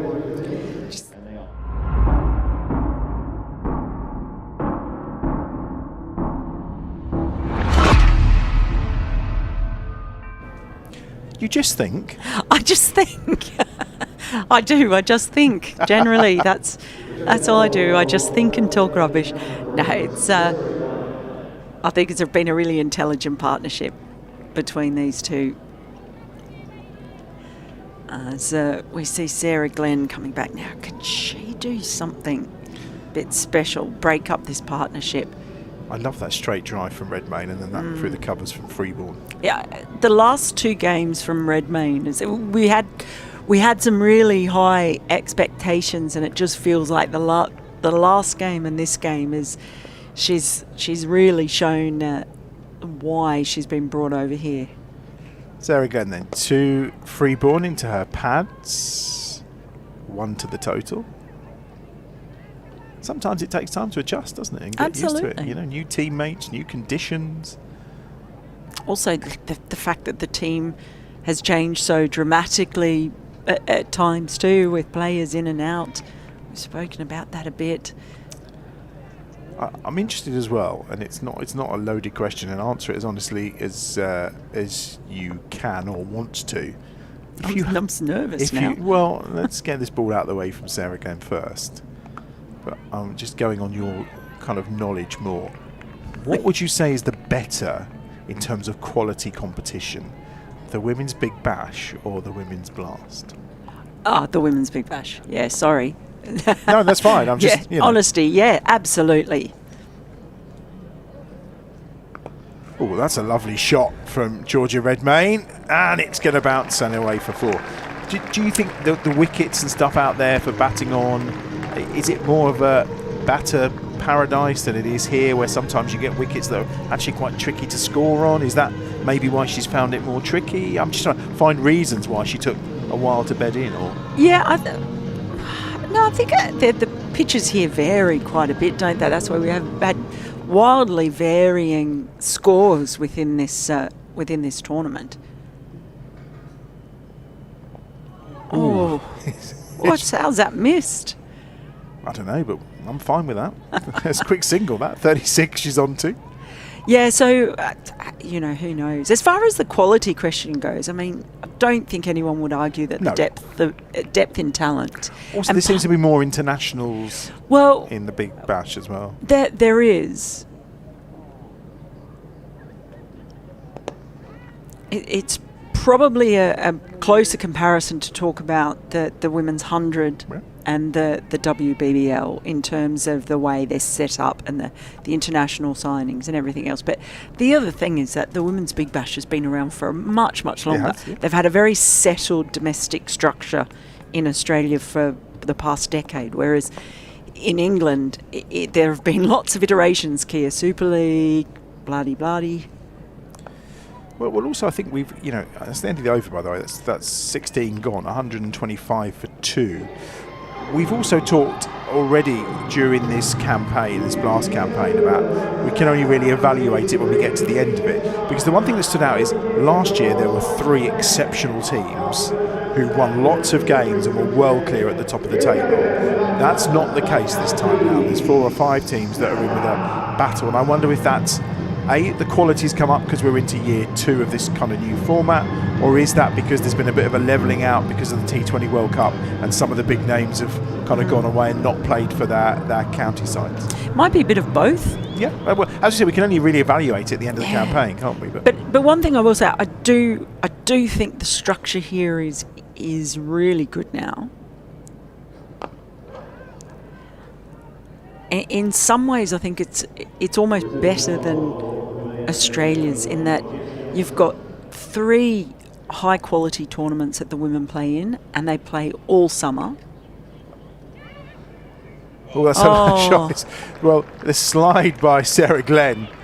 She's gone beyond the ball. And now looking for a third. Well, Georgia Redmayne's running to the danger end and does take the third. That's excellently run by Georgia Redmayne. 1-2-8 for 2. Freeborn's on to 63.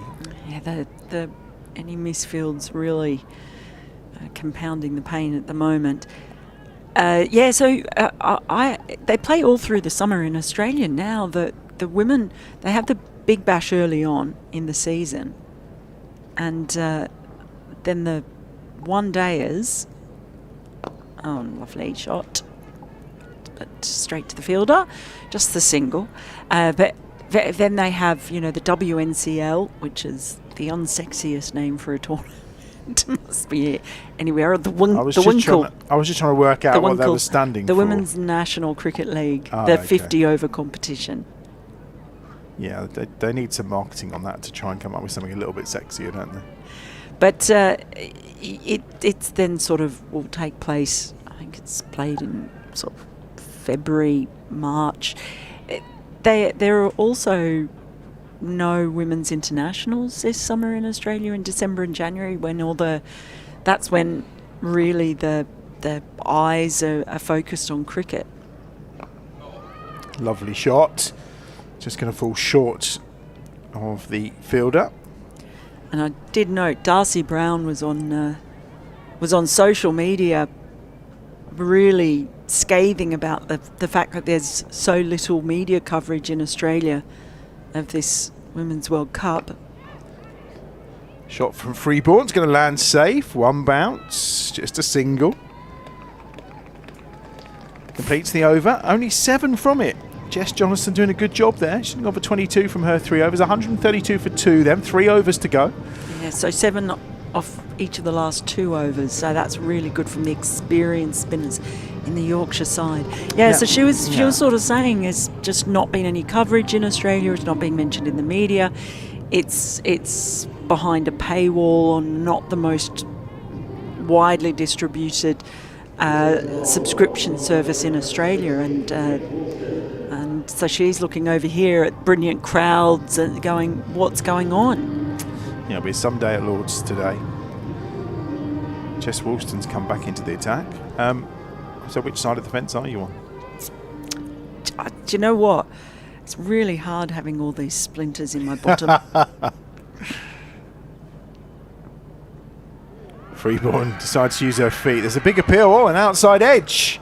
Well, she looked a mile away from it from up here, but not according to our umpire, Wazim, who says, you're on your way, Abby Freeborn, for another excellent innings. 65 off of 49 balls. Partnership's broken at 72, and it's 132 for 3. Excellent innings again from Freeborn. Leads the way for this side, as she has done so often this season. She's done a terrific job, but Woolston just getting a little feather, I think. Well, finger up from Woolston straight away. I thought the way Abby turned away, she didn't feel she had. She was very close to hitting the ground as well, I thought. No, she wasn't. She looked some distance from the ball for me, but hey. Right. And Emma Arlott's coming in. Well, she can whack a ball, can't she? Just under 3 overs to go. 132 the score. That 160 kind of figures doable, isn't it? Certainly our initial thoughts around 140 have been surpassed by a really good bit of batting from those two. Redmayne now the anchor on 38 from 28. Yeah, well, that partnership has really set them up, and they've got a bit of hitting power to come as well.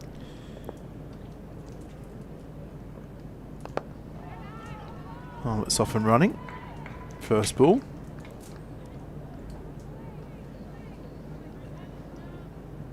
Redmayne seeking out that first 50 of the campaign. 38 from 28 balls so far. She's batted really well. I think this might be, as she got in the 40s, didn't she, in the last game? But I think this has been the most assured innings that Redmayne has played so far in this tournament.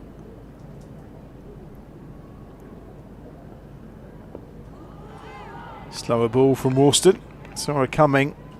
Yeah, clever bowling, good adjustment late. Well, of all the seamers, Woolston's probably been the pick of them, hasn't she? Finally picking up a wicket at last. Yeah, she gave away just 2 runs in a first over, which was a second, and then we haven't seen her again. We saw her in the 14th over. Just 1 off the first 3 deliveries here. Slower ball again. This time Redmayne waits for it. Only gets a single though. Yeah, pace off doing the trick for Woolston. And just the last 3 overs, so since they turned back to Glenn and Jonathan, now bringing Woolston in, things have just slowed up a bit for the Bears, and they've lost the wicket of their set batter as well. Doesn't give Emma Arlott very long to get herself in.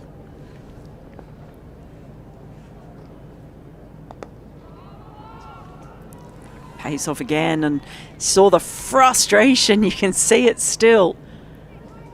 Just no pace with the ball coming onto the bat.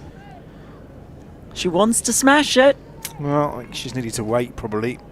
Just threw the shot a bit early. Redmayne looks a bit frustrated. She wanted to get back on strike or tick things on. 134 for 3, 13 balls to go in the innings. This one she does wait for, hammers it down the ground for 4. Patience is a virtue for Emma Arlott. First boundary for her. Yeah, timing was much, much better from Emma Arlott. Just getting that first boundary out of the way. Now she's smiling. 138 for 3. Still just 6 off that over. Plus the wicket. Good over from Warstone.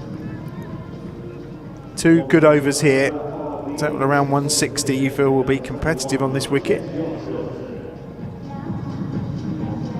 Jess Jonathan is going to bowl her last over, 1 for 22. And she's going to bowl to Georgia Redmayne, who is surveying the field, particularly that leg side. Yeah, the 2 Queenslanders. No one on the boundary on the offside. She does pull it into the leg side. It's going to be 1 bounce to the fielder and almost over the fielder's head, to be fair, who did brilliantly to save that. Bounced off that I was going to say, wicket, that really did bounce. Alice Clark's done really well to adjust there, because that almost ballooned over the top. That came from nowhere. Arlott's on strike. This time the offside does have a boundary rider, as does the leg side, and 2 out, long on, long off. Arlott's gone big between the 2, and it's 4 runs. Lovely shot from Emma Arlott. Yeah, targeting the short side. It's back-to-back boundaries for her. End of the last over. First ball she's faced in this over. You saw how frustrated she was when she didn't time that first ball. There, she got forward, got to the pitch, just picked out the shorter boundary, or the shorter side. Quick single. It's well run. Brings Redmayne back onto strike. 144 for 3. Redmayne on 40. 9 balls of the innings to go. Can she muscle her way here to a maiden 50 for the Bears in the Vitality Blast? Yeah, leg side field is all out. Hasn't found the gap. Picks out the fielder. Again, all very bouncy off those used wickets. And that's where they do most of their practicing. And I wouldn't want to be fielding out there behind those. So Jonathan changing. Now to the leg side, she's got to defend as the shorter side. And Emma Arlott was able to find the boundary. She's got 2 out there. Deep backward square leg, deep mid wicket. Yeah, they've scrapped the boundary rider on the offside to reinforce the leg side with Arlott on strike. Just gets 1 though. So in total we've had 8 off the first 5 balls of the over. Another boundary here would keep that 160 in sight, you'd feel. Redmayne on 41.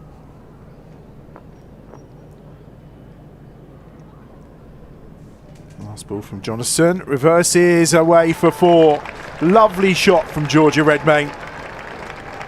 Another boundary to the total. That's really smart batting because they'd left the leg side all out on the boundary, and Jess Jonathan was happy to give her a single on the leg side.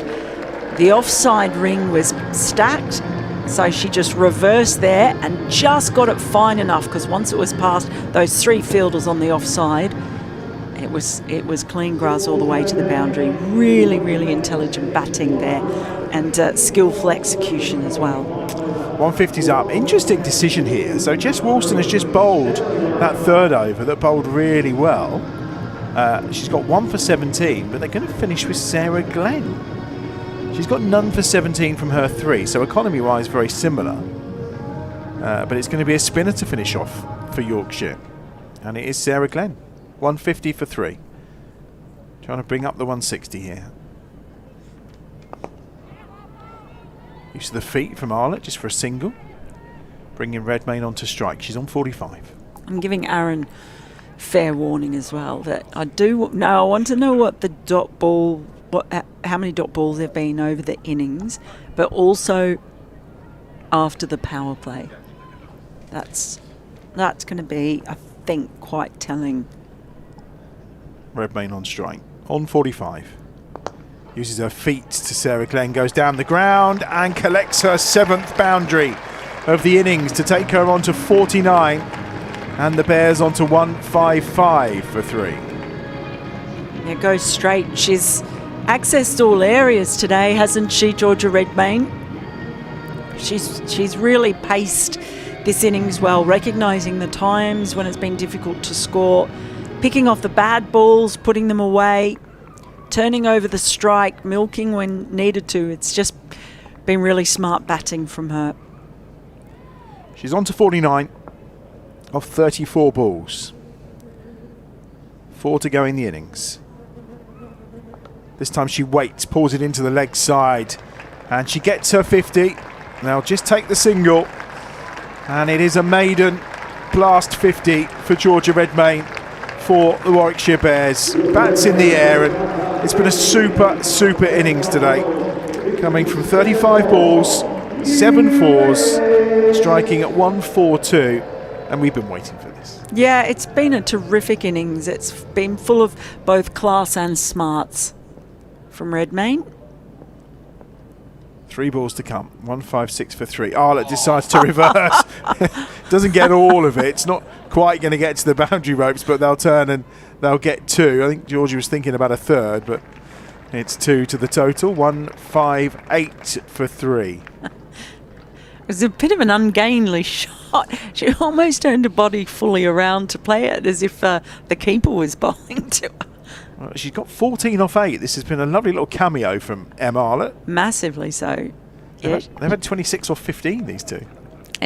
She came in, there was first shot, her intention was there. She couldn't get it away, and she was clearly really frustrated. But that's been the way she's decided to play since she came out. Really good. Bit of a finisher role for Emma Arlott. 2 to come then. 158 for 3. Just waits for it and pulls Glenn into the leg side. They were thinking about going for 2. However, the throw was really good, actually, coming out from the deep. It was no surprise that they changed their mind there. Well, Amy Campbell, I think, very good fielder. Redmayne going for the big shot on the last. Sarah Glenn just tweaking a field to try and prevent exactly that. Well, we've not had a 6 this innings. Can Georgia finish it in style? She comes down, pulls it into the leg side. It's going to be 1. They're going to take the arm on for the second. What's the throw like? Sarah Glenn can't get there. It's brilliantly run 2. And it means the Bears finish on 1-6-1 for 3. Georgia Redmayne, an unbeaten 52 off of 36 balls. Arlett's unbeaten with 15 off 9. And it will be a chase of 1-6-2 for Yorkshire. That's super stuff from the Bears. They've taken 11 off that final over to get them beyond that 160. And considering what the wickets look like and at times how difficult it looked to score early on, that's a super knock. Yeah, it's been quite entertaining to watch in a different way to how T20s often are, because they did just work out pretty early that it was not going to be easy. The ball wasn't perhaps pinging off the bat as we might normally see, but they had to work it. They had to work hard for their runs and wait for the bad balls or the easier balls to score from to be able to put them away. But they didn't leave many of them as far as not putting them away. Freeborn, of course, so strong in that area around point and backward point.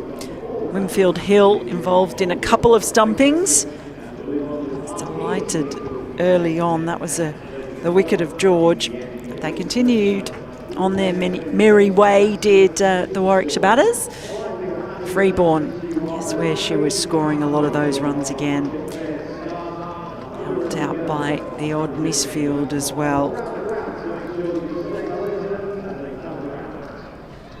And then once the power play was finished, it was just a case of they just kept scoring. They went for four or 5 overs where there were no dot balls. It was really impressive.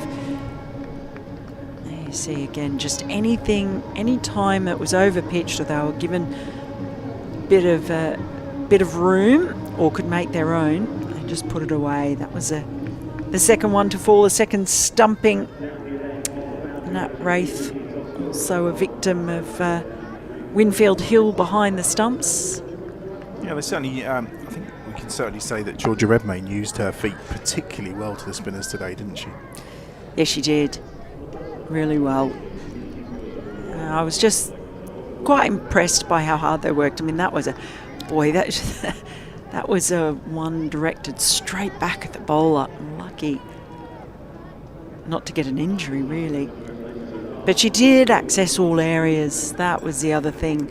Used her feet to try and make sure of that.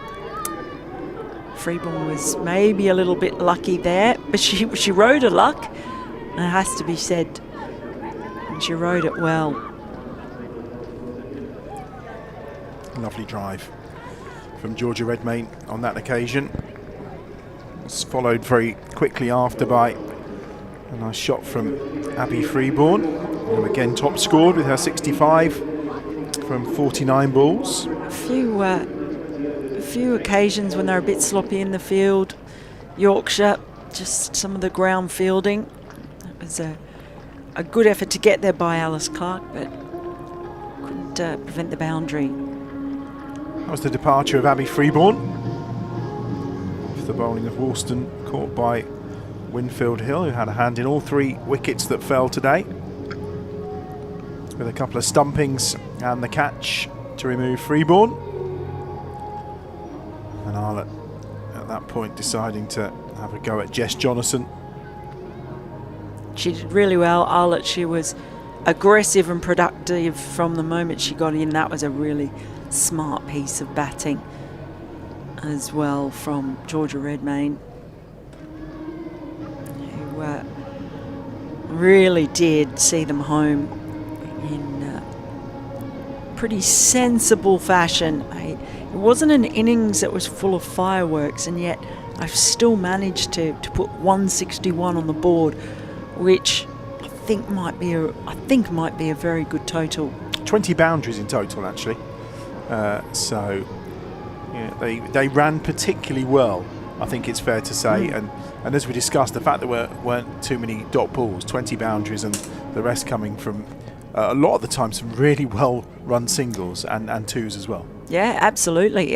It was the lack of dot balls. I mean, that's going to be really frustrating to a bowling team, because it just means that it's really hard to build any kind of pressure. If you can string a few together and then you know that they're going to have to come out swinging at some point, but they just eliminated that by just running really hard and just picking out those little gaps. I'm sure Aaron's going to tell me. Well, so yeah, the badger's back. He can probably tell us how many dot balls there were. Well, this is a really good question first and foremost from you two, because it was really interesting. There were 16 dot balls in the power play, so 16 out of 36. It's around about 44%. In the remaining 84, there were just 12 dot balls in the innings. That's only 2 overs worth, so it completely backs up that point. The Bears ran really well and put the pressure straight back on the bowlers. And the good news for Abby Freeborn, well, we've got you over there in the Badger's Den. So with her 65 runs, that takes her up to 315 for the campaign. It does, yeah. The third overall leading run scorer in the competition. We've spoken about the company. Sophie Luff, the Somerset captain, is still the leading run scorer, with a certain Meg Lanning in second place for Lancashire. So Abby is having a wonderful season. That's only in the Blast as well. Let's not forget that in the County Cup against Middlesex, she scored 79. So yeah, she's in terrific form. And certainly a linchpin in this Bears side right now. So I guess the question is, how do they come out with the ball? Because, I mean, what we saw, apart from Woolston, pace seemed to be easily picked off today. It was certainly, once we got past the opening couple of overs with the new ball, it seemed quite easy to score runs off. But actually it was the spinners that tied things down. And in this Bears side, obviously, we have a plethora of great spinners. Yeah, spin, maybe it is spin to win. And with the pacers, pace off being the key in making them work hard for anything. Also, I think you have to be really careful with their field settings.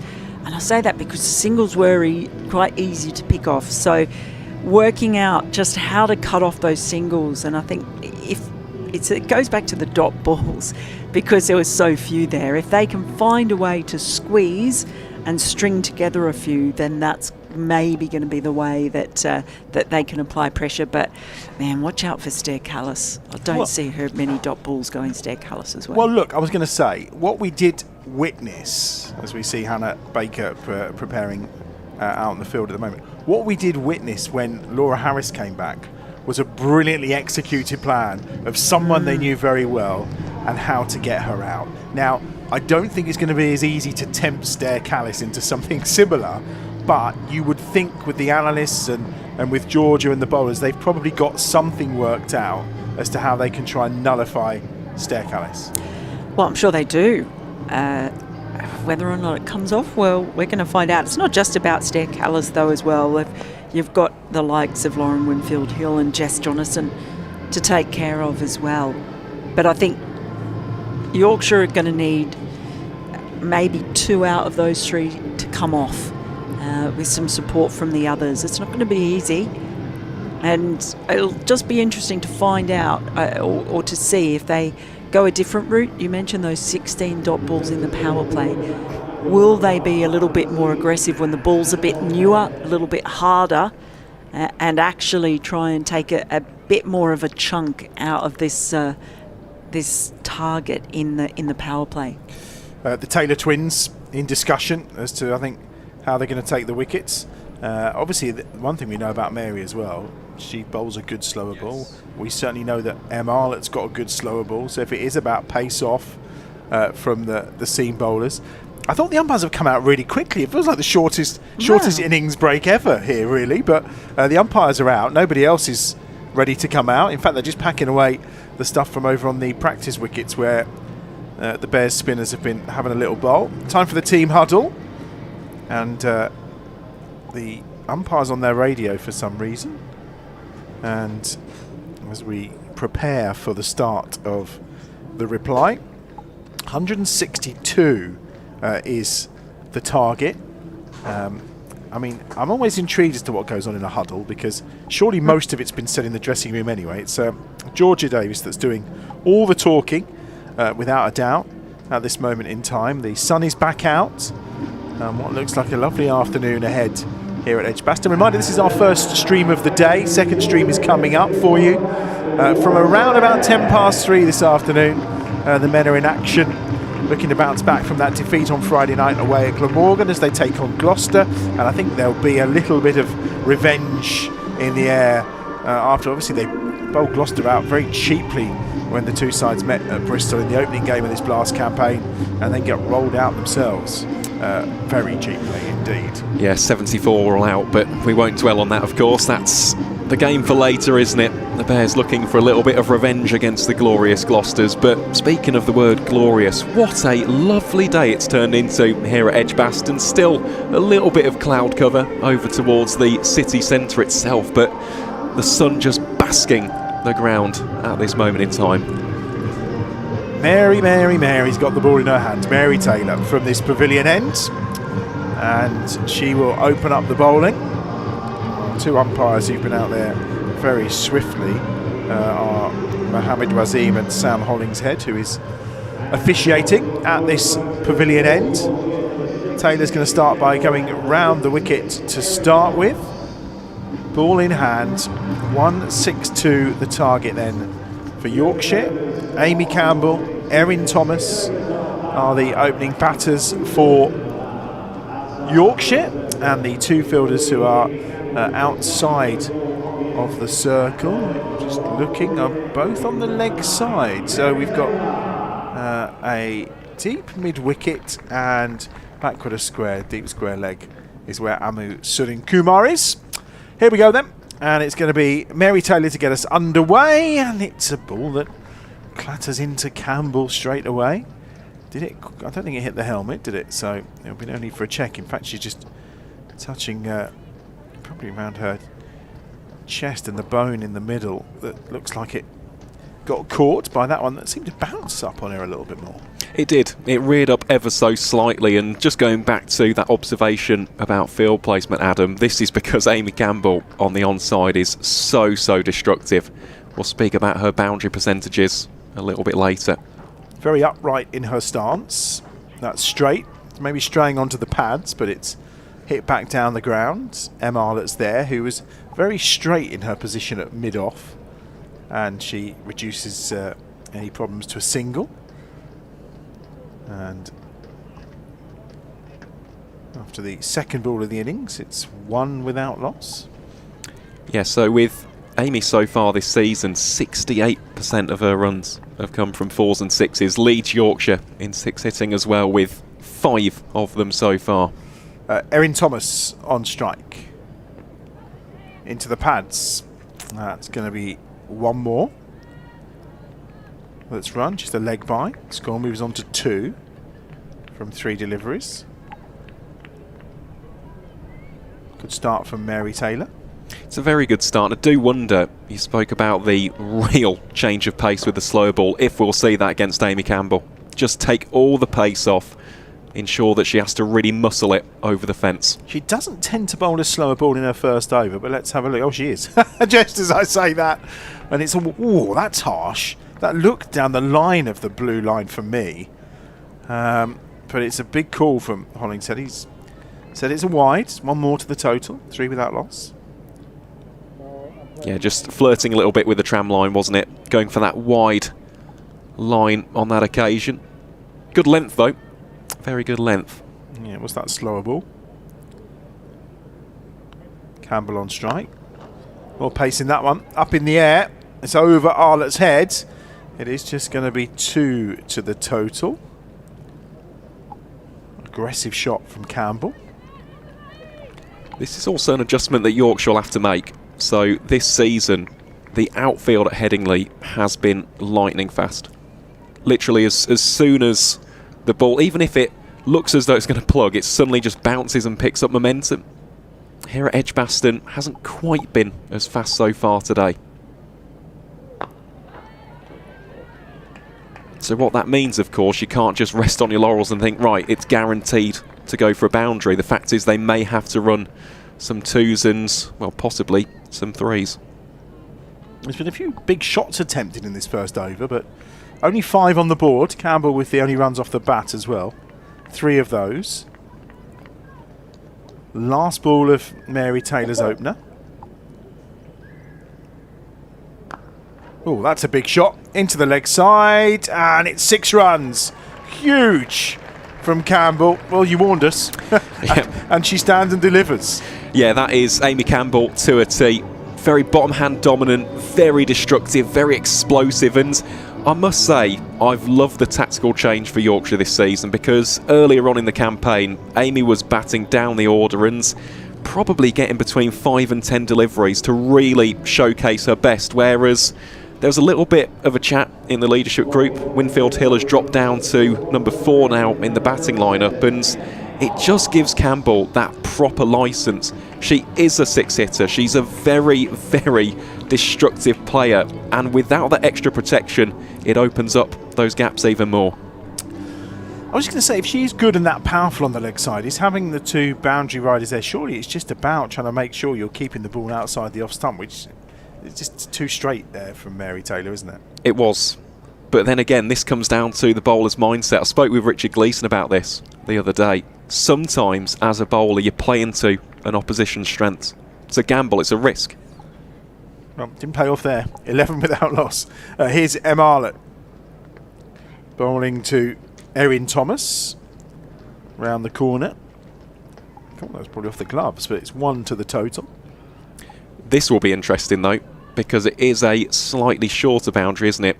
Out towards the Hollies. Yep.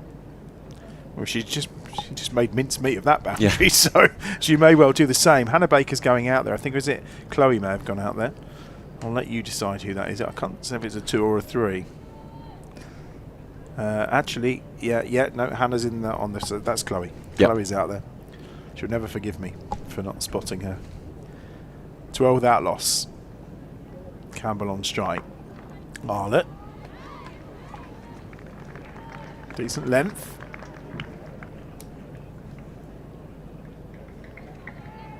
We like a top ball. 12 without loss. Will we see Hannah Baker today in the power play? Possibly. We saw the success of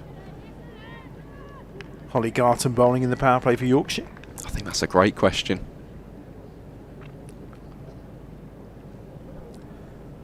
Arlott in again to Campbell. Off the pads. Just 1. Fielded by Mary Taylor. She's on to 10. 13 without loss. I mean, the other player who I was thinking of straight away, aside from maybe Amusa and Kumar, would be the captain, Georgia Davis. Well, she has bowled in the power play, hasn't she, as the first shout sometimes, but they do tend to go for Hannah.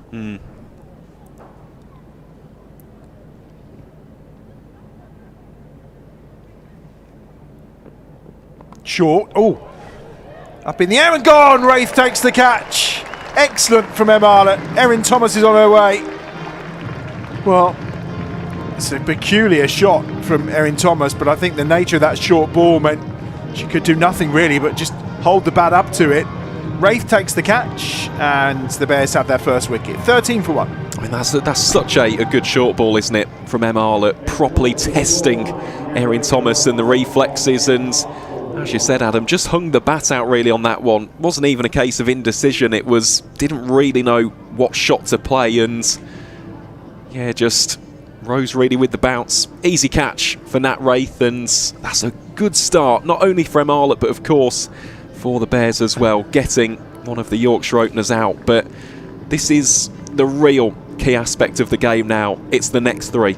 It's Jess Jonathan, who's just walked out into the middle. It'll be the captain, Winfield Hill. And then at number 5, well, the former Bear, Stair Callis.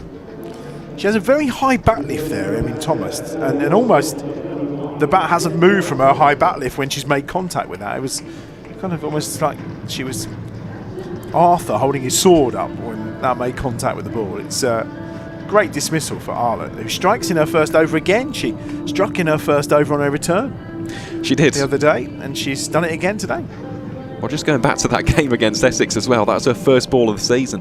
She didn't actually bowl in her first one, so yeah, a bit of a golden arm is the England international. Great to have her at Warwickshire as well, a proper competitor and someone who's really bought into the culture of this club. 13 for 1 then. 2 balls to come in this second over. Slower ball onto the pads of Jonathan. Suren Kumar will field, just 1 to the total. 14 for 1. Gives Campbell 1 more ball at the short boundary on the leg side. And I wonder if we're going to see Amu have a bowl from this pavilion end next. Wouldn't surprise me.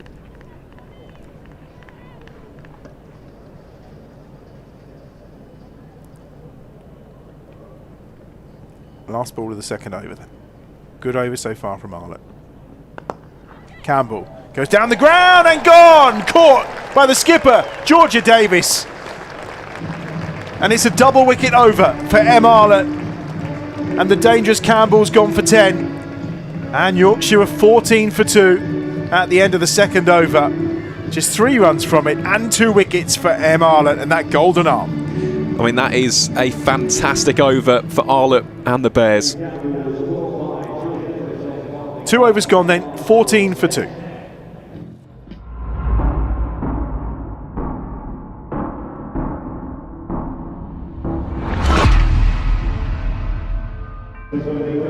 Let's look back at the wickets from that over then. There's the first one. Erin Thomas. The shot that wouldn't have been out of play at Wimbledon, probably, as that comes off the top of the bat. And then there's this one. That's a really good delivery, actually, from Arlott. Just watching that back, just rolls the fingers on it. Taking a little bit of the pace off. Almost luring Campbell into taking the aerial option, and Georgia Davis taking the catch at mid-on. That is, well, a phenomenal over, for want of a better word, to get both of the openers out in quick succession, especially Campbell. I mean, Campbell smashed that monster 6 out towards the building site. Yeah, it could prove to be a very, very crucial part, not only of the power play, but of course the run chase as a whole. 14 for 2. Winfield Hill joins Jess Jonathan. And here is Amu Suren Kumar from this pavilion end. Full ball straight away round the wicket to Jonathan. And a dot ball. Yeah, great start that from Suren Kumar. A reminder as well for those who maybe of a Yorkshire persuasion haven't seen much of the 19-year-old.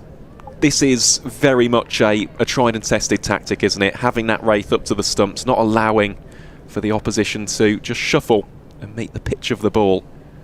She is in very good form. Lovely shot from Jess Jonathan. Gets 4. Her first boundary, 18 for 2. Maybe a little too short from Suren Kumar there, maybe. Mary Taylor was on the chase. It's a nice shot from Jonathan. It's a very nice shot. Quick wrists there from the Australian. And those are 2 very strong areas, point and deep square. Suren Kumar, fresh off 3 wickets last Wednesday. Jonathan, nice connection, sounding very sweet off the bat, but straight to M. Arlott. Yeah, career best. 3 for 22 for Amu. And yourself and Mel have mentioned it on many an occasion in previous broadcasts, but there is something about her attitude and approach to cricket which is very, very promising, isn't it? She's got a very mature head on young shoulders.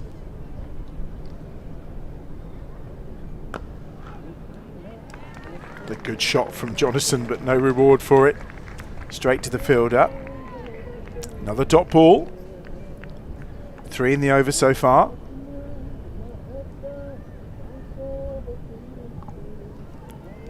You may be picking up the faint sound of someone who's having a sing-song in the crowd. For a second, Adam, I thought that was you. No. No? No, the cats would have gathered had I started singing. A little bit straighter that time. They will get a single this time to Georgia Davis, who throws in well. It's well run between Winfield Hill and Jonathan. 19 for 2. One ball to come in the third over, just 5 off the over so far, and already that run rate sneaking up to 8.3 in this third over. 1 boundary from it so far. First ball for Winfield Hill to face. He's having a good stretch. Having a good season as well. He's the former England international. With a very high bat lift. Dot ball to conclude the over from Suran Kumar. Just the 5 from it. 19 for 2 then after 3 overs, and as I mentioned, that required run rate climbing up to 8.41 already, having started at just a tad over 8. Of course, 19 for 2 after 3. I suppose the one saving grace for Yorkshire, maybe it's even a little bit early to say that, but the fact is the Bears didn't get off to an amazing start themselves. So Warwickshire were 39 for 1 at the end of the power play, and they built up over the duration of the middle overs. So once those fielding restrictions are out of play, you've got those further gaps to explore. Maybe we'll start to see them just trickle over at a slightly higher rate. But yeah, with these two at the crease, feels like this is very much a key partnership, along with the aforementioned Stair Callis when we see her. Arlett's back, going round the wickets to Jonathan. Pulled. Is that going to be caught? Oh, Hannah Baker couldn't quite get there for the catch, and then can't stop the ball crossing the boundary ropes for 4. It was in the air for a long time. There was a bit of anticipation and excitement from all, but on this occasion it makes its way to the boundary ropes. A bit short from Arlett.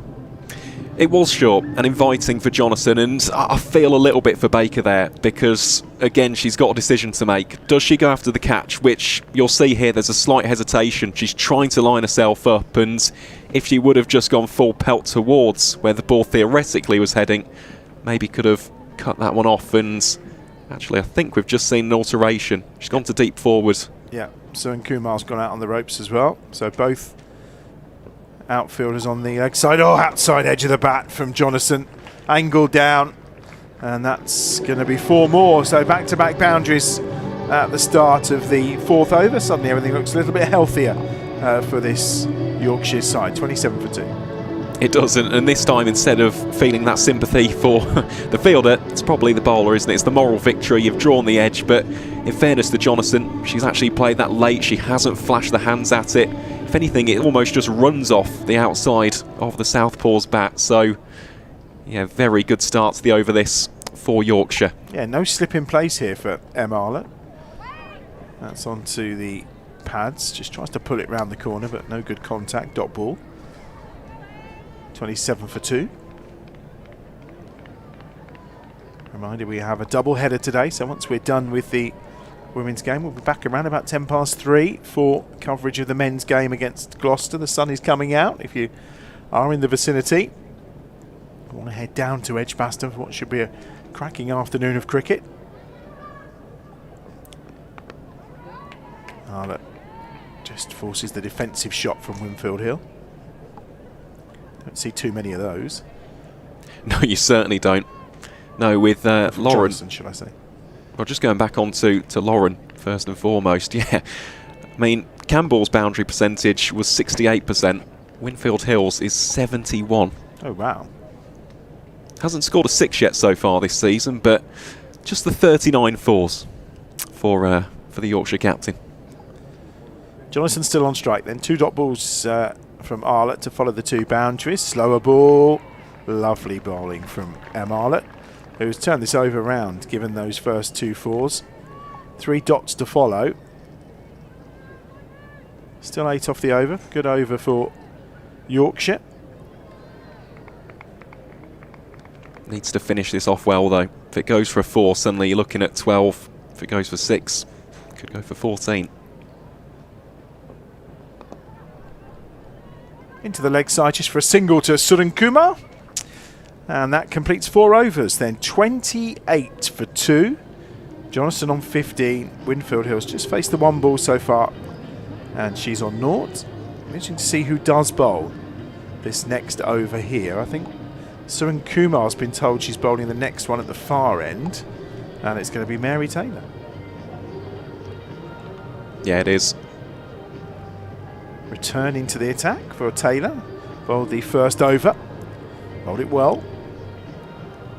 Bowled very well, and again, a very cerebral cricketer is Mary Taylor. You mentioned it in the Surrey game. That plan to Laura Harris was pinpoint perfect, wasn't it? Yeah, it was. Excellently delivered. Cooked up very nicely between them all. And well executed by Mary Taylor.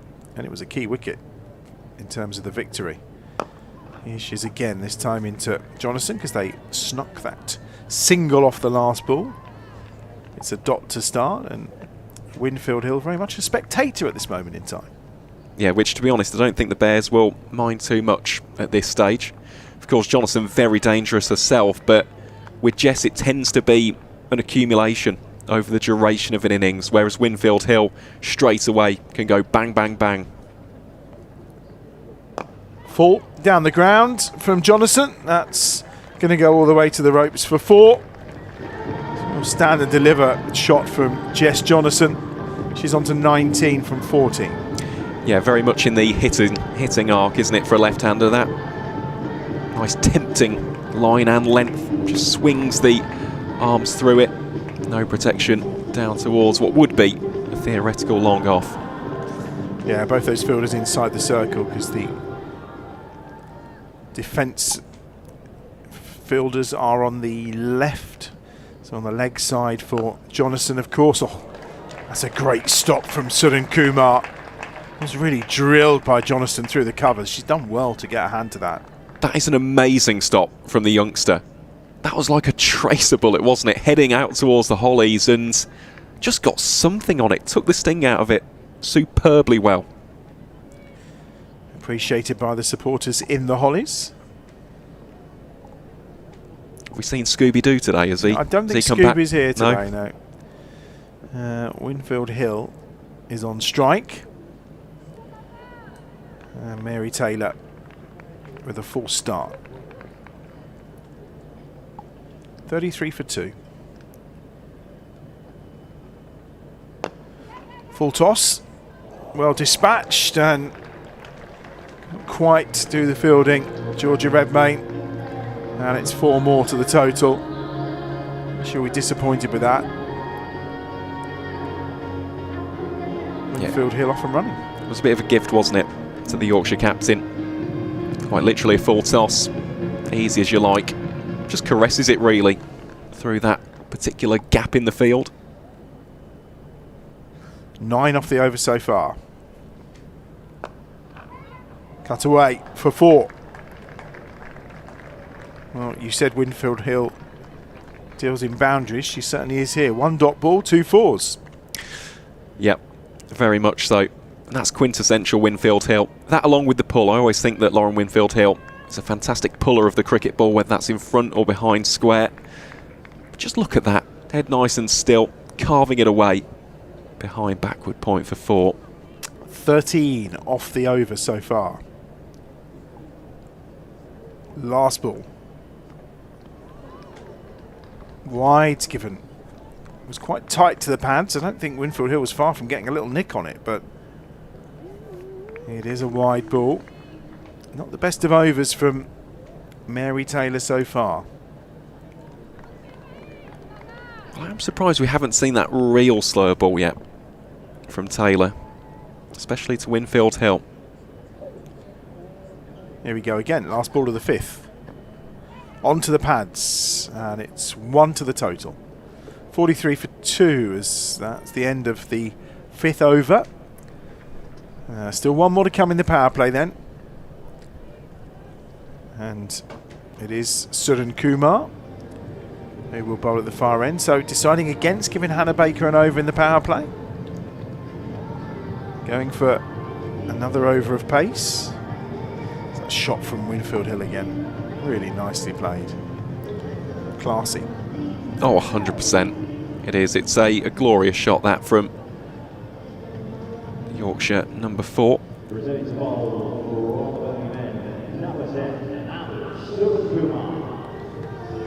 Here is Suren Kumar then. They've added 29, these two already. In what feels like no time at all. Well, look at the required run rate as well. What was once dipping in and around 8.4 has now been reduced to around about 7.9. 119 required to win. Always down the leg side. I mean, that landed and pitched quite short, but didn't get up very high from Suren Kumar. No, it didn't. Slightly variable, wasn't it, the bounce compared to what we've seen already in this game.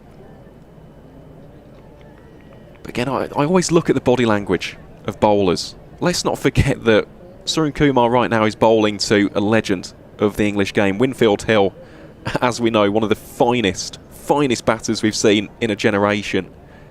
Just watch how confident she is just striding in. Wraith up to the stumps. Short again. Pulled into the leg side. Just going to be 1 to the total. That went very quickly to the fielder on the square leg boundary. It's Chloe Brewer, isn't it? Out there doing the fielding. It is. So Kumar then going to go round the wicket like everyone has to Jess Jonathan so far. Clearly the agreed game plan. She's on 20 from 15 balls. See who's at fine leg as well. Screen's in the way. Oh, it's free ball. Ah. Who of course has taken plenty of catches. She has. Millie Taylor is at short third. Both boundary riders on the leg side. And one of them's going to be called into action here, Mary Taylor. They will get back for 2 though. Well run between Winfield Hill and Jonathan. A lot of experience between those two batters. Oh, an enormous amount. An international experience, let's not forget that. Of course, Winfield Hill for England, Jonathan for Australia. They really do hold so much, almost gravitas in this Yorkshire lineup, along with Callis. 46 for 2.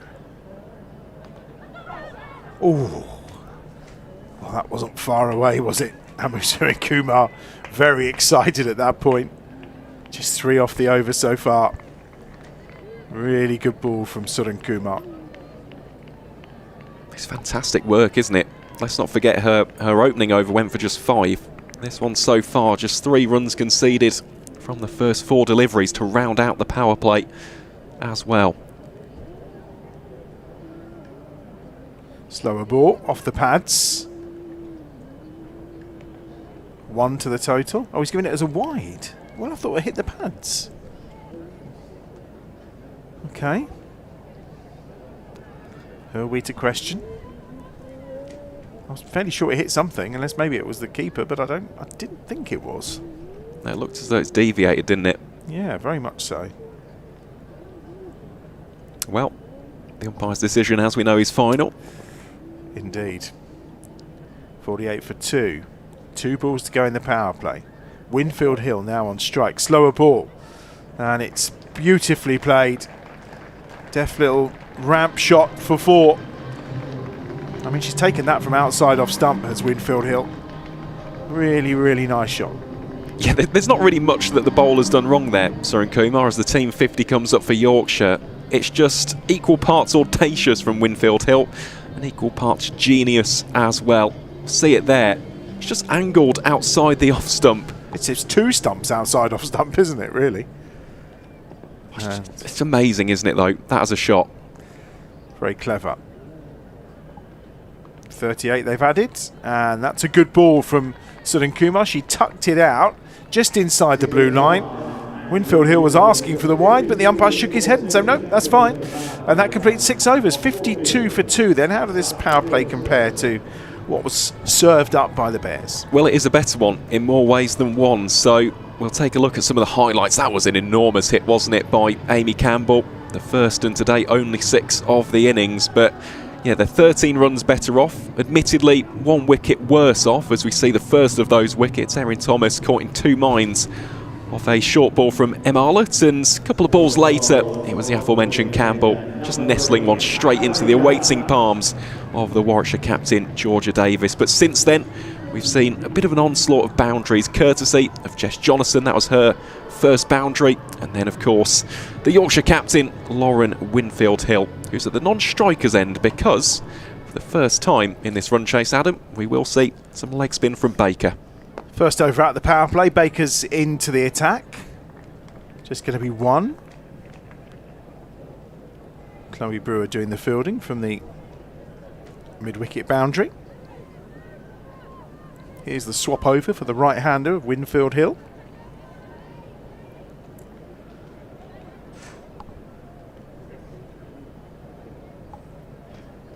Who takes her guard. She's on 13 from 8. Jonathan 23 from 18. 39 the partnership for these two. Going very nicely. Rate required just below 8 and over now.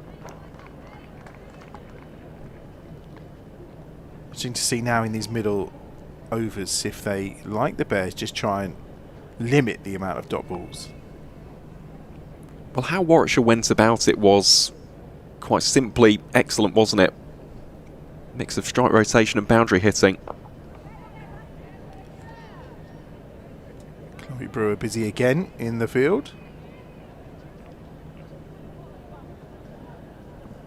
Just off of pure numbers, the difference between the power play, where the dot balls made up 44% of the opening 6 overs, in the remaining 14, just 14%. Good use of the feet, and plugs a little bit in the surface, but I think it's going to get over the ropes. It does. Arlott and Davis on the chase. 4 more to Winfield-Hill. Good use of the feet to Hannah Baker. Obviously, there were a couple of wickets that fell using feet to the spinner for the Bears, but that was good. It was very good. And going back to that previous point about those dismissals, that was Warwickshire players going cross-bat, whereas Winfield-Hill has just utilised the spin there, played it nice and straight. Up in the air this time, Sudan Kumar can't quite get there. Oh, and it's bounced off that used practice wicket again. And it's defied Sudan Kumar. It is almost a tennis ball bounce in the air. Those surfaces must be so hard. And it means they can get 2 rather than what should have just been a single. Yeah, they've got to be so careful out there. We saw the earlier one, didn't we, with Alice Clark, which almost went over the top of her head. Such was the prominence of the bounce. Let's take a second look at this. Wow. It's off the bare surface. Reverse from Winfield-Hill. This time it will just be a single. Sudan Kumar again. 10 off the over from Hannah Baker, 62 for 2. Yorkshire going very well here, 7 overs in. Incredibly well indeed. And Winfield-Hill, let's not forget, comes into this match off the back of a career best 99. She got out on 99. She got out on 99, yeah, in quite gutting circumstances as well, because the crowd at Headingley thought she'd actually reached 100. There was a leg by. She got down to the non-strikers end. Crowd applauded, and then everyone noticed the signal. And then the very next ball that Winfield-Hill faced, leading edge, caught on 99. Well, we've witnessed that recently in the men's game, of course, with Zen Malik. Here's Millie Taylor. Bears need a wicket here, really. Partnership's 48 off 30 balls between these two. Such is their experience. The last thing you need is them scoring runs freely and making hay while, well, I was going to say the sun's shining, but I think it's gone behind the clouds again. It's just disappeared, hasn't it? 62 for 2 then. Leading wicket taker in the Blast last season, Millie Taylor. She looks like she's just found a bit of form in recent weeks. Starts with a full toss. One more to the total, 63 for 2. She worked an awful lot over the winter as well. I know that we had Abby Freeborn here on Bears TV the other day mentioning about that almost cooperation between the men's and women's team. She worked an awful lot with Jake Lintott Of course, a fellow left arm wrist spinner in the men's game.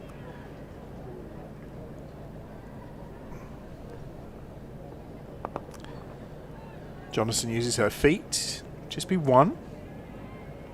And in particular, a lot of that work has been just on almost increasing the height of the release point, as we see the 50 partnership come up here between Winfield Hill and Jonathan. A rise from just 32 balls. Yeah, it's been quick, hasn't it? Winfield Hill on 22 off 13 and on strike. And a good ball from Millie Taylor. Well, there's no doubt Winfield Hill was thinking of going big then. Millie Taylor, though, just managed to cramp her. Real battle of the mind going on between these two at the moment. 64 for 2. This time she does sweep big, only as far as Sudan Kumar. One more to the total. 3 off the over so far. Good over from Millie Taylor at this moment in time. Field swaps over for the left-hander, Jonathan, who has 25 off 20. So Winfield Hill certainly coming on and not holding back. Just looking at the field placement here, because I was going to say to a left-hander, maybe go for the googly, but there's no protection out towards backward square.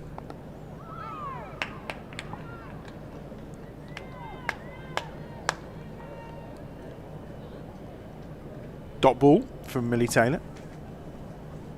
Fielded by the twin.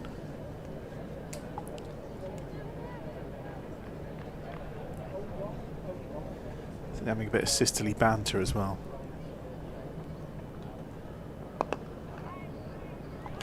Another dot ball. Excellent over. Just 3 from it from Millie Taylor. Just what you want in this situation. 65 for 2 off of 8 overs. The partnership is 51 from 36 balls between these two.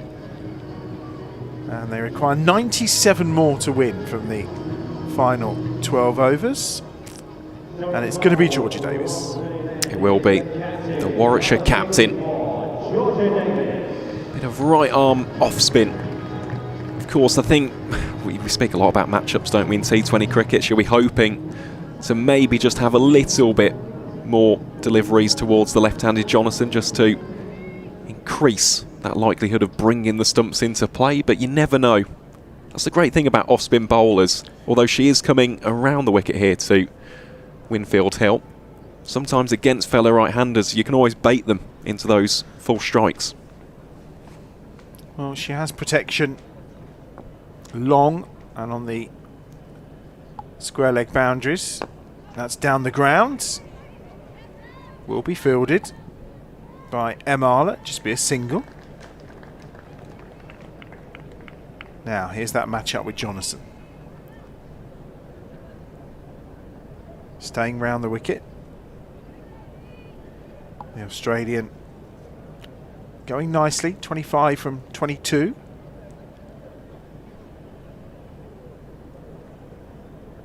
Good ball from the Bears captain, but it's dispatched. And it's 4 runs. Avoiding the fielders, Katie George out there. Hannah Baker out there too. But it goes all the way to the ropes. George not in a position to get anywhere near. Lovely use of the feet. She gave herself some room, didn't she? She did. And she knew exactly what the outcome of that was as well. Didn't even begin to advance down the wicket. Just watched and saw it go for 4. Full toss. Swept leg side. Over Sudan Kumar, and it's 4 more. Not the best of responses from the Bears captain. And the Yorkshire side starting to go like a train here, 74 for 2. They are, but it goes back to what we said pre-broadcast. We've seen this a lot this season with the White Rose, from these two and from Callis. If the Bears can get a couple of quick wickets in succession, you'd be surprised by just how quickly the pendulum can swing. Oh, that's almost gone through her. Well, an inside edge, I think, onto pad and then just dribbled through to Nat Wraith. How that's missed the stumps, I do not know.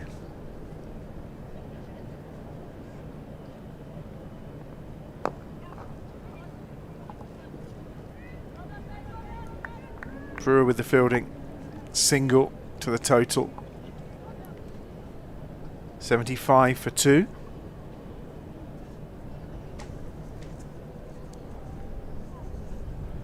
Last ball to come in over 9.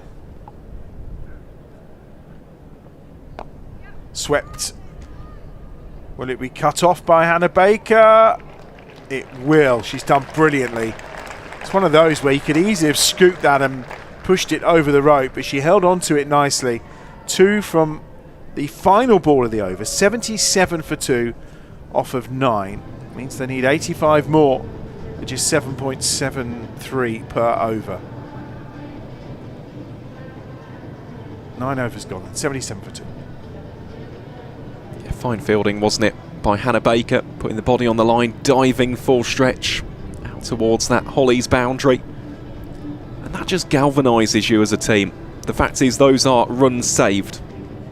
We don't have a metric for that, unfortunately, in cricket, but you know it deep down, and of course, for your bowler as well, will be very, very much appreciated just to almost prevent those additional gains to your figures. Here's Millie Taylor again. To Jonathan. Just take the 1. There never used to be a measurement in football for the expected number of goals you should score, but they have that now. So maybe this could be your claim for your next award. Maybe you could come up with a method of kind of expected runs saved. There you go. I've given you an idea now. You could patent that. That could make you a fortune. Into the leg side. Single to Suren Kumar. Well, we're having a discussion about this, funnily enough, at Headingley the other day, about almost including a plus-minus in fielding like they have in basketball. Well, there you go, see. You could sell that to the ECB. You could sell it to the ICC. Oh, off the pads. That's a lovely shot round the corner from Jonathan. 6 runs. Effortless. Just swept that ball away. Beyond the boundary ropes. 85 for 2.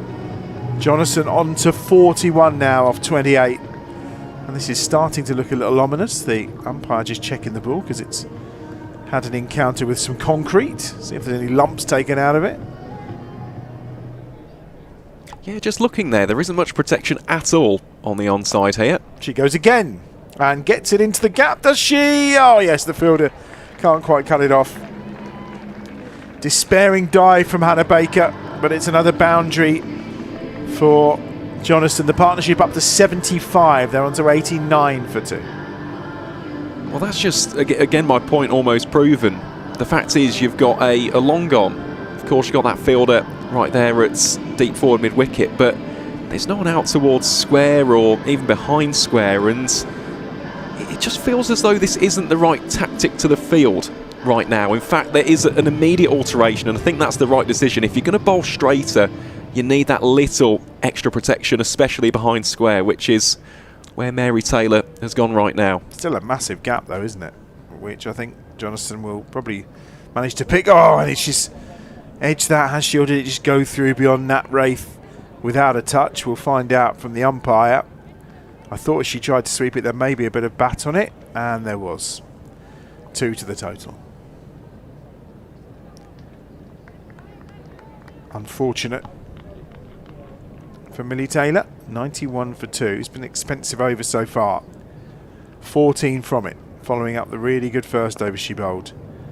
And again, Jonathan into the leg side. She'll take the single, moves on to 48 from 31 deliveries, and we're at the halfway stage. 92 for 2 is where Yorkshire stands, and that means they require 70 more runs from 60 balls, and on a wicket that we thought was fairly tricky to bat on, they appear to be making fairly light work of this at the moment, with the experience of Jonathan and Winfield Hill very much coming to the fore. Hannah Baker is back for a second over from the pavilion end, and Mel is back for her first over of this second innings. They did take the different tactic, did Yorkshire. They were much more aggressive in the power play and took out a decent chunk, getting to 52 for 2. And they've just kept going. I don't think the Bears have bowled as well today as we've seen them in the last couple of games. Give credit to Yorkshire, but I don't think that they've been quite on the money like they have in previous times. And down the ground, it's a big hit. It's all the way for 6, and Jonathan brings up her 50, 54 off of 32 deliveries, and 7 4s and 2 6s. Well, kind of demonstrates where most of the scoring's been done. Well, she's quite a classical batter, is Jess Jonathan. You do see her play a lot of more traditional cricket shots. And if the ball is in her arc, she will happily go straight down the ground. We've seen a couple of great sweep shots from her as well. 84 partnership between these two now. It's 1 more to the total. And you're right, I don't think the Bears have bowled nearly as well. They've just offered up more boundary balls. But this is the engine room, really, with Jonathan, Winfield Hill, and still stair colours to come. And at the moment, the engine is ticking over nicely, purring along. Dot balls, Aaron, in this innings? Yeah, there haven't been too many, to be honest. Thanks for that. No, I'll give you the exact numbers in a sec.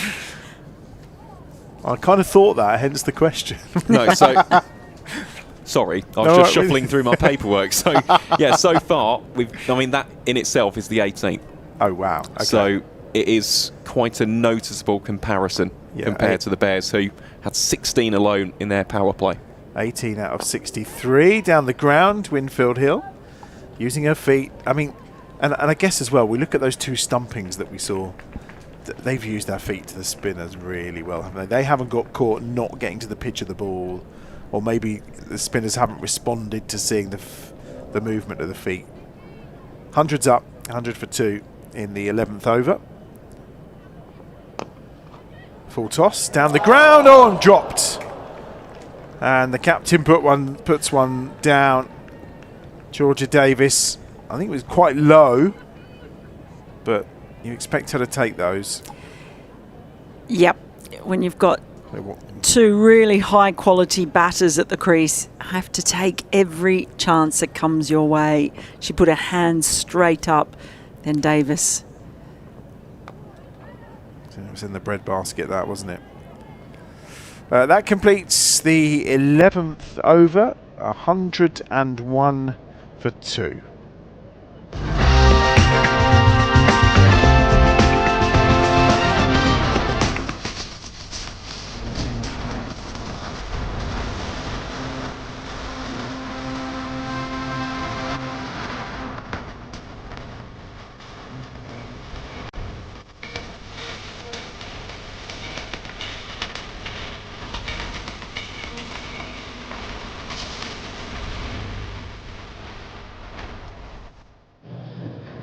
Em Arlett's coming back into the attack from the Birmingham end. A sign from Georgia Davis that a wicket's required.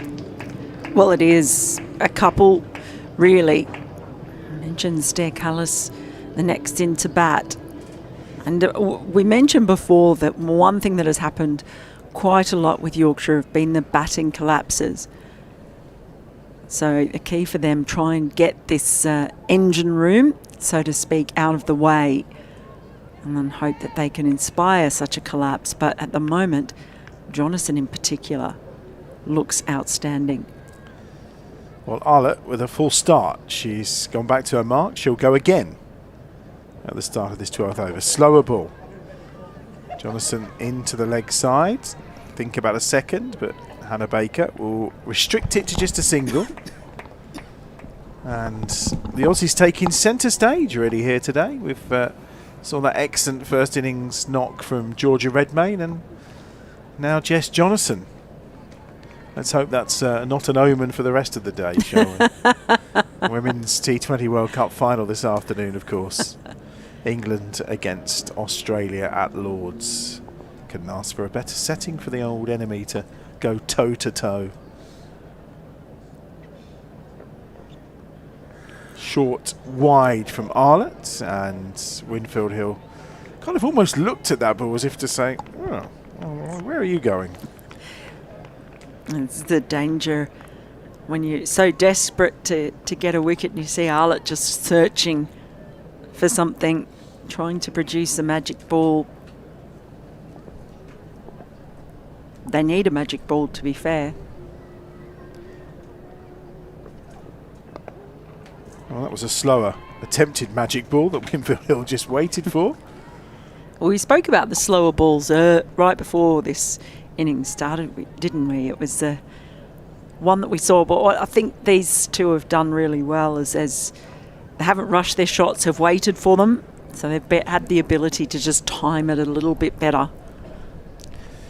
We'll go searching for news on the Blaze against Durham to maybe cheer our spirits a little. I'm giving the Badger some fair warning there. Just so he can find that score for us. One more to the total, 104 for 2.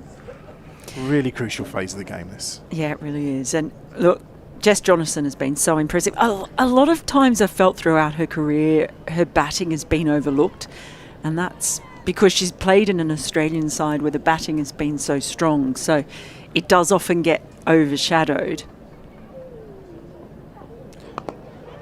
Down the ground and over the fielder. It was a slower ball, full toss. Beautifully dealt with by Jonathan, who came and just waited for it and then executed brilliantly. That is just a perfect example of what I was talking about in the waiting for it. She decided to come down, but she didn't overcommit to the shot too early. Just waited, held off a little, and then swung sweetly. So she is someone who, I'll never forget it, 2015 Ashes, the test down at Canterbury, she got 99, highest score of the match on a pretty tough batting wicket.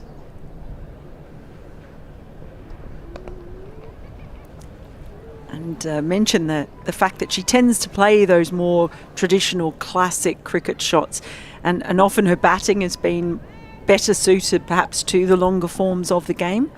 But in that Australian side, she didn't get always a great opportunity to showcase her batting skills. Of course, I've seen it a lot more in domestic cricket in Australia. She's played a fantastic innings here today. Last ball of the over from Arlott on to Winfield Hill's pads. Turn round the corner for a single to Sudan Kumar. It's 110 for 2 then from 12 overs.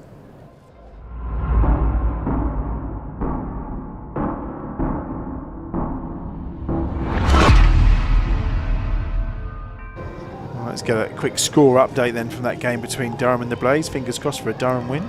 Well, so far, the home side are in the driver's seat. Durham are 106 for 1 in their pursuit of 148.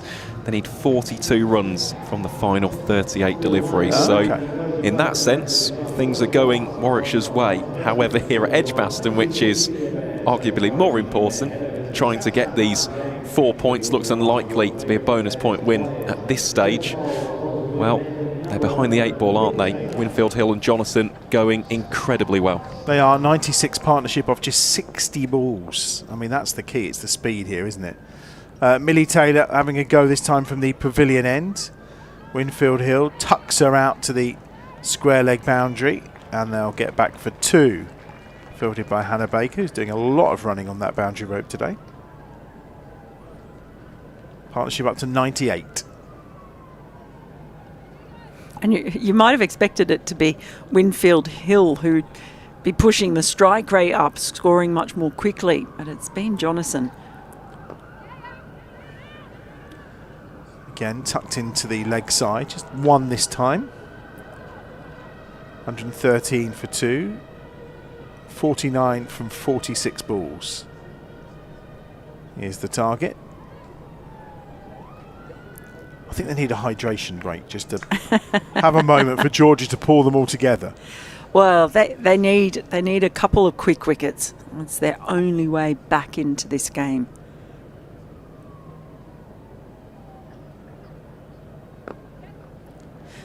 The problem for them is that Yorkshire can kind of just knock it around from here on in, because they've gone out a bit harder in the power play, and then they've kept the scoring going. They've just put themselves in a position where they don't need to take risk as they come and meet in the middle to celebrate their partnership. 100 of 63 balls. 48 more to win, 45 balls left in this game. That's down the leg side. Oh, it's given us a wide. And you see, not just this partnership, but the way they've played today, and it does boggle the mind a bit that they've only got one win on the board so far in this tournament. The Bears aren't bouncing around the field either, are they? They're usually bouncing around like Tigger, but not today. That's swept by Winfield Hill straight to Baker. Just going to be one. Millie's head is kind of a bit bowed at the minute and looks a little dejected. It was always going to be a hard task to get to that last four after the start they had, but they knew they just had to keep winning. And well, they had those 3 wins on the trot. It had to be 6 wins on the trot, really, with some bonus points to do the job, as Sudan Kumar can't quite cut off the sweep from Jonathan. They will come back for a second. Could be tight. No. Gets home comfortably. She had to put on the afterburners there, Jonathan. She's on to 65. Yeah, it's been a really classy innings. Georgia Redmayne probably thought, I'm going to have a good day as an Aussie today, and then Jess just went to hold my beer. Oh, that's a stumping. She's gone. Brilliant ball from Millie Taylor, and Jonathan's on her way for 65. Smart work from Nat Wraith, and maybe this is the inroad that the Bears need into this Yorkshire batting lineup. Jonathan's gone for 65. Millie Taylor strikes. 118 for 3. Yeah, she was on the other side of it, Jonathan, inspiring a stumping of Wraith, and now the tables have turned. Just down the pitch. It's a good delivery, nice bit of glove work. Just out Fox Jonathan, but a terrific innings by the Australian. Really did turn a long way, that one, didn't it? It did. Really good ball. Now, does this open the door? If they can get another wicket here, if they can try and get Stair Callis early in her innings before she can get settled, then maybe they might feel that the collapse is not far around the corner, but that is what it will take. Surin Kumar. Yeah, they're turning to Amu Surin Kumar at the far end. So Stair Callis arrives. Once a bear, always a bear, as they say. Maybe she'll do the Bears a favour and get out quite cheaply. 118 for 3. 7 overs to go then. 44 from 42 balls. So that equation is really simple. So a partnership of 102 for that third wicket. Big deep breath from Amu Surin Kumar. Bowling to Winfield Hill. In the air, but safe. Brings Stair Callis onto strike. Well, let's see if there is a plan for Stair Callis. Whatever it is, it will never be as obvious as it was for Laura Harris. No. Well, Stair Callis, a little bit more subtlety to her game. What they are doing is they're just strengthening the point region, though, because she's another who is strong on the cut. So they've got one fielder just forward of point, and then a backward point, and a short third. She's off the mark, first ball.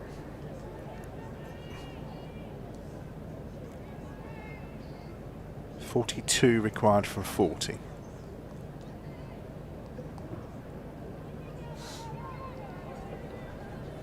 Giving Surin Kumar this extra over now, just to try and get that breakthrough.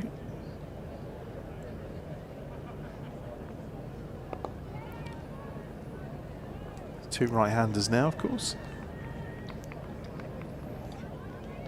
Only need to run a ball though, don't they? So quite comfortable, particularly with Winfield Hill out there to kind of almost call the tempo from here, isn't it? Oh, as I said, they 41 needed off 39. They don't have to take a lot of risks. I still think they might go hard when they've got the opportunity. Oh, that's up in the air and taken. And Stair Callis is on her way for one. And it is Amu Sudan Kumar who strikes for the Bears. And suddenly, those 2 wickets in 2 overs, there's a slightly different complexion. It's 2 wickets in 5 balls. And it's 1-2-1 for 4. Callis is away. Caught and bowled by Sudan Kumar for 1. She's so exciting, isn't she? Surin Kumar just tried to help it down the leg side, maybe just stopped in the pitch a little bit and got the leading edge. And she won't take many more simple than that one, Surin Kumar, but she's just got that hustle about it, doesn't she? Look at that reaction. It was almost the Hulk pose after she did the double high five. Well, again, she's only gone for 3 runs from the first 3 balls. The wicket with ball 4 brings Alice Clark to the crease. Well, we've talked about the kind of top order of this Yorkshire side. Alice Clark, what have we got to feast on from Alice? So, in her opening 4 appearances, 66 runs. She actually scored 34 on her Yorkshire debut. For those who don't know, she's coming on loan from Lancashire, so she's actually from the other side of the Pennines, product of Accrington Cricket Club. Is that like Accrington Stanley? It is, yes, it is that one, Mel. Precisely that, of course. I think it's also, I think it might be Bumble's club. Yes, it is. Left-hander. Gets off the mark straight away. That's one thing I know. And the only other thing I know about Accrington is a football thing. Wasn't there an ad for milk way before my time over here? Yes. About if you didn't drink your milk, your mum says you'll only ever play for Accrington Stanley. Yeah. There you That's go. correct. Someone sent that to me because I knew someone from Accrington. Ah, okay. Yeah. And I could never understand why people were always saying that. Last ball of the over. Just almost dies in the surface, but Winfield Hill will take the single, keep the strike. She moves on to 37. 5 from the over, which is fine in terms of the runs. They only need 39 off 36 balls, but they lost another wicket. 1, 2, 3 for 4 with 6 overs to go. Look, and one thing you will say is that they have not stopped fighting. We did think that the body language was flagging a little bit, but they've kept coming. Have Warwickshire been rewarded with a couple of wickets, a couple of really big wickets. Now a lot rests on Winfield Hill. Some people like a stiff G&T to perk them up. Warwickshire just needed a couple of wickets and that's done the job, hasn't it? How did you know? Well, I was just a guess. 1, 2, 3 for 4. There's that wicket and a catch from Sudan Kumar. Georgia Davis is back in now. She often chips in with wickets at key moments. She had an expensive first over, but the captain will try and make amends, having dropped Jonathan as she did. Yeah, they're dropping 12 runs from a first over as well. Clark is on strike. 1, 2, 4 for 4. 38 from 35. Plenty of wickets in hand.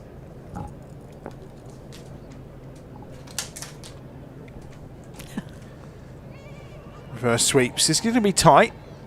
No, it's good backing up from Winfield Hill. Yeah, she wants to strike. She was halfway down that pitch and was determined to get to the other end. It's just a question of whether she can shepherd them home. Oh. Well, that's poor from Millie Taylor.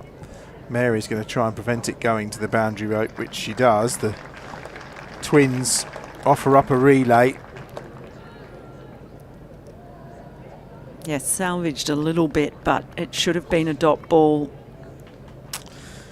That was 2 to the total, 2 to Winfield Hill. He was on to 40.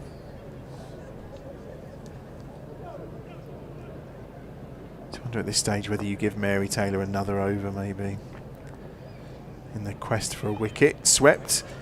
Well, that could have been tight. I mean, that's just a poor throw. Yeah, just a bit sloppy in the field. I just don't think you should be conceding a single on the sweep there, and there's a swap over. Georgia Redmayne's gone in there now. So you should have had 2 dot balls there, and all of a sudden then the pressure's right back on Yorkshire, because if they would have scored 2 in the over and they'd need to go big. Clark is hit on the pads, but it was outside leg stump. So then you're in a situation where if you've had 2, you would have had 3 dot balls in a row. Only 2 singles off the over. So that's just how important those misfields can be. Well, they've still ended up getting 5 off the over, which is all they want, really, isn't it? So last of the over from Georgia Davis. Onto the leg side from Clark. They're thinking about a second, but Amu Suran Kumar is on the case, and it's restricted to 1. 15 overs gone, 5 to go then. 33 more required from 30 balls, 129 for 4. Clark on 3, Winfield Hill on 41. And don't forget, thanks for joining us today. What would be fantastic if down the bottom you were to just click on the thumbs up and like the stream as well. Plus any comments or questions you can have. As we mentioned, we're going to have Georgia Redmayne with us a little bit later. So you may have a question for Georgia that you fancy having answered, so you could pop that question in and we'll put them to her later. She'll be joining us for the men's game, which starts at around, our stream starts at about 10 past 3 today. The match itself getting underway from 3:30. Right, Hannah Baker is going to have a bowl from the far end. 33 to win from 5 overs. Another wicket now, and the wicket of Winfield Hill could set us up for a quite enthralling finale here. 129 for 4, the sweep from Clark. It's a wide, there was no contact. That's the key. If Winfield Hill gets out here, I think it could be game on. It's a 6th wide of the innings. Oh, bold. It's better from Hannah Baker, good response. She's been expensive today, not like her to go at 10 and over.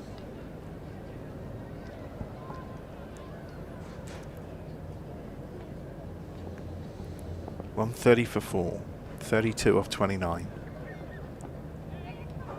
Gets something on that this time, does Clark. Redmayne on the chase, they'll get 2, thinking about a 3rd, but no, not coming back for the 3rd.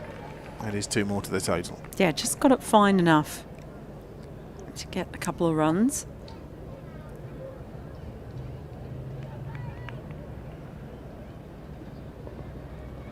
Clark's on to 5.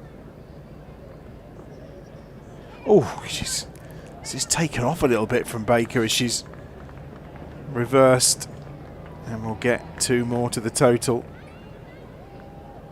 Living dangerously. Living dangerously, but picking up the 2s.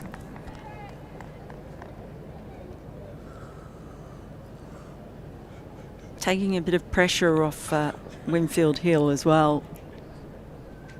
134 for 4. You okay? The badger's just making noises in the corner. That's all. Took me by surprise. Has no one fed and watered him? I don't think so yet, no.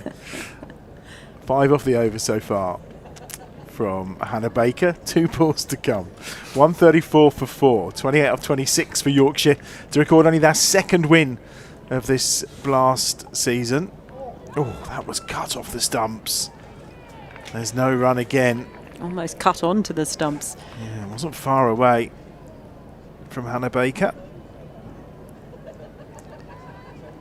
Just 5 off it so far, but that's all they really need. Last ball to come. She'll be looking to get out with another dot here, which would be her 4th dot of the over if she can. But there will be a single down the grounds. 4 overs to go then. 135 for 4. Just out of curiosity, where were the Bears at after 16 overs, Aaron? I can tell you. I can tell you. Yeah, so the Bears at their point at 16 overs are 125 for 2. So 10-run difference, but 2 wickets. Let's see where Georgia Davis is turning this time. Well, she's turning to Mary Taylor now. Needs a wicket. Probably turns to Mary, who, as we've seen in this run of 3 games in particular, when a wicket's been required, you can count on Mary.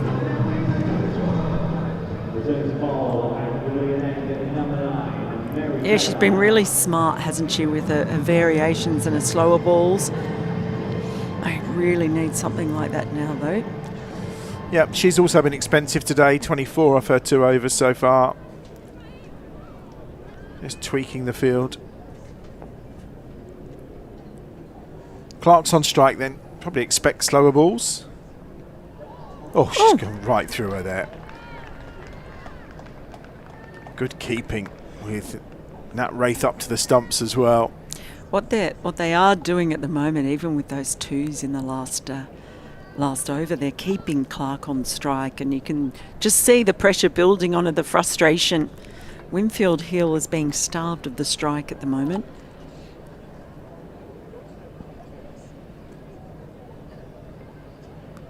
Oh, she's edged it.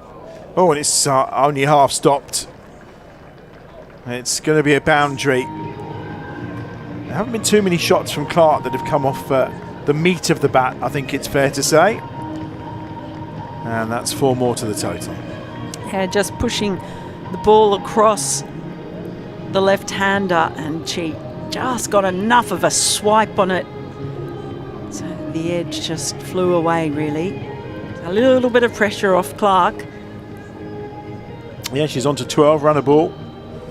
Winfield Hill, who made a fairly explosive start, 41 off 33 for her. Yeah, she's also been at the non-strikers end for quite a bit of time. That's part of a couple of overs probably, given that Clark's faced 12 deliveries so far. Coming round the wicket this time. Change of angle. Oh, and she's not cut that off. Maybe a run out. Oh, it needed to be a direct hit. And Katie George, she wasn't far from the stumps, but couldn't find them. Direct hit, and she was a goner. What that means now is that Winfield Hill does have the strike, and she's got 3 deliveries to make use of them. Yorkshire requiring 22 to win. Well, there's no doubt if Katie George had thrown the stumps down, that would have been the end of Clark. Here's Taylor again. Bit of movement there from Winfield Hill, and then they're looking for 2. Well, they set off for the 2, but that's well fielded. Oh, you can see, you saw Winfield Hill's reaction there, as if to say to Clark, come on, why didn't you come on? She knows that she's the one who wants the strike. Clark said no. Brave to say that to your captain in what, second, or how many games has she played now?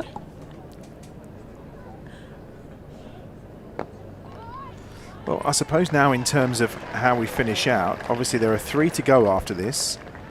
Mary Taylor has 1. Amu Surenkumar has 1. And M. Arlott has 1. So do we not see the spinners again, I guess is the question. We might not. I'll be interested to see what happens here, because I think Winfield Hill might turn down a single here. It's 21 off 19 required. Onto the pad, yeah, she does. It's funny that earlier on they were turning those into 1s. But yeah, no, that does not surprise me. It was the no was out of her mouth almost before she hit the ball. Well, we mentioned previously and on the last game as well that we thought Abby Freeborn, the ball tended to follow her. I think that might be the first time I've seen Abby Freeborn touch the ball in the field today. Well, look, my theory about maybe not seeing any more spinners and just seeing pace is out the window because Millie Taylor is going to bowl from the Birmingham end. So that means Amu's not going to bowl her allocation of 4. Arlott, I'm sure, will bowl her allocation of 4, or Mary's not. One of them is not going to bowl through. They've gone for spin instead. Interesting call from Georgia. Millie has got a wicket, but she's been expensive. Well, she has, and Winfield Hill this could be the last throw of the dice this over. It really could. 21 off 18. Goes for the reverse. And she's gone. She's out. Georgia Davis calls it spot on. And it's Millie Taylor who strikes. And it is Winfield Hill who's on her way for 42 off of 35 balls. And it's another wicket for the Bears. And maybe now we are going to get that finish. 1-4-1 for 5, and it's Georgia Redmayne who chips in with a catch. Last throw of the dice, and it worked. It came up snake eyes for Winfield Hill, fell into the trap, and what you saw there was the pressure that was put on her because Clark was struggling to score. Winfield Hill was desperate to get hold of the strike. And then when she had it at the start of the over, felt that she had to go for the scoring options, but well-placed fielder. I mean, I'm glad she did, but did she need to? They need just over a run a ball for 3 overs. Was it really necessary for her to go for, a big shot when they could just milk it until a bad ball comes? No, but that's what pressure does, doesn't it? You could see how frustrated she was wanting to get hold of the strike. Pressure gets the better of me when I go to the pantry and see a chocolate bar. So I can't deal with pressure particularly well, I'm afraid. That's about as pressurised as it gets for me. Sarah Glenn's in. And she's off the mark, first ball. She joins Alice Clark. Well, just to touch upon pressure there, that technically was a hat-trick ball for Millie Taylor. So she had got a wicket with the final ball of a previous one, first ball there. Okay, yeah, good point. But Sarah Glenn, of course, has completely nullified and negated that. She got a single from it. But yeah, that would have been a very, very interesting situation. 2 for 27 now for Millie. So what was a bit expensive, and she's now the figures look quite good. Here she is, Boulder, is she? No, it was close, wasn't it? How close was that? Very, very close. She moved right across her stumps. Well, I think we're in for a real nail biter. That was the big moment. Talked about that engine room, that trio of Jess Jonathan, Lauren Winfield Hill and Stair Callis have got through them now. I do think this could be a bit of a curly one. It's now 19 off of 15. Oh, that's going to run away just for 1, or is it 2? They're going to get 2. Georgia Redmayne does the fielding. It's almost like they're hitting self-destruct here. What should have been a comfortable coast in with, they needed basically a run a ball for the last 9 or 10 overs, and they've been ticking over at it. But as we always say, wickets just suddenly change everything, don't they? That's just leapt up a little bit on Sarah Glenn, and it'll be a dot ball. 1 more ball to come in the over. 2 for 29 now for Millie Taylor. I mean, for a long period of this innings, sort of once they got to even just sort of 5 overs in, they were about 3 overs ahead of where Warwickshire were. But now it's going to go down to the wire. Oh, that's a brilliant ball. Wow. Sarah Glenn could do nothing but defend that out. Super over from Millie Taylor. 4 from it in total. She ends up with 2 for 29 from her 4 overs. And that's a brilliant comeback because she took a bit of hammering in her first 2 overs. Well, also, it's a good bit of captaincy. Having the trust, realising she was the right bowler to bring on. Well, talk about trust. I think there's a brains trust gathering. And they're going for Hannah Baker. They're not going for pace. They're going for spin. Wow. Okay, that's a big call. There was a long conversation there between Emma Arlott, Abby Freeborn and Georgia Davis about what to do. Well, there's pace off and there's pace off. And this is pace off. Making the batters try and generate all the power. 17 off 2 overs. It's incredible, isn't it, how things change with a couple of wickets. Well, Clark's on 13. Hannah Baker's gone for 25 from her 3 overs so far. We need a Millie Taylor type over from her here, and they're going to get one. It's very good running to get Sarah Glenn on strike. 16 off 11. Well, those clouds have disappeared. We have blue skies. You can vote for your player of the match right now. Scan that QR code. Georgia Redmayne with a really important catch. Amusa and Kumar with a wicket. Of course, Georgia's runs. We saw a 60 odd from Abby Freeborn as well. There's some good choices there for your player of the match. Just scan the QR code and make your vote now. Down the ground, Sarah Glenn's gone big. Emma there. Oh, she couldn't get it. Fingertips to it, but it crosses the boundary ropes for 6.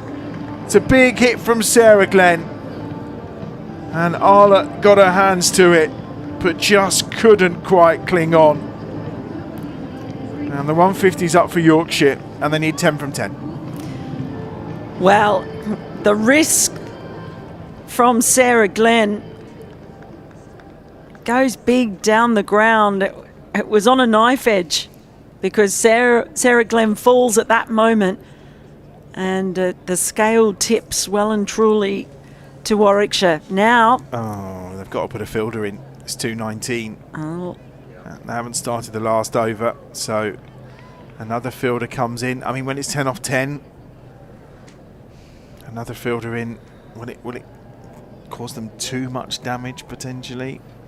Well, what it's now done is it's opened up the option of going over the top on the leg side.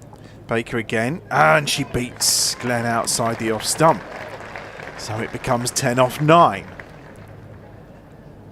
3 more of them would be nice. 10 off the last over, we could be in for a thriller in the sunshine at EdgBLASTon. Hannah Baker to Sarah Glenn, who gives herself room, and she does take advantage of that fielder inside the circle. She sweeps it away over the top, as Mel suggested she might. She gets 4, and 6 required then off 8 balls. Yeah, Josie, why that penalty can be so crucial. That just gave the option that was relatively risk-free, just clear field on the leg side. A couple of big blows from Sarah Glenn have now put Yorkshire in the box seat. 1-5-6 for 5. Glenn's on 13 off of 7. Baker. And that's turned onto the leg side again. They'll get 1. They'll come back for 2. And 4 required off of 7. And this over has given away 13 runs. So the idea of Millie Taylor worked well. Hannah Baker not so. Well, I think that the fact that they had to bring up a leg side fielder to when you've got someone who can sweep.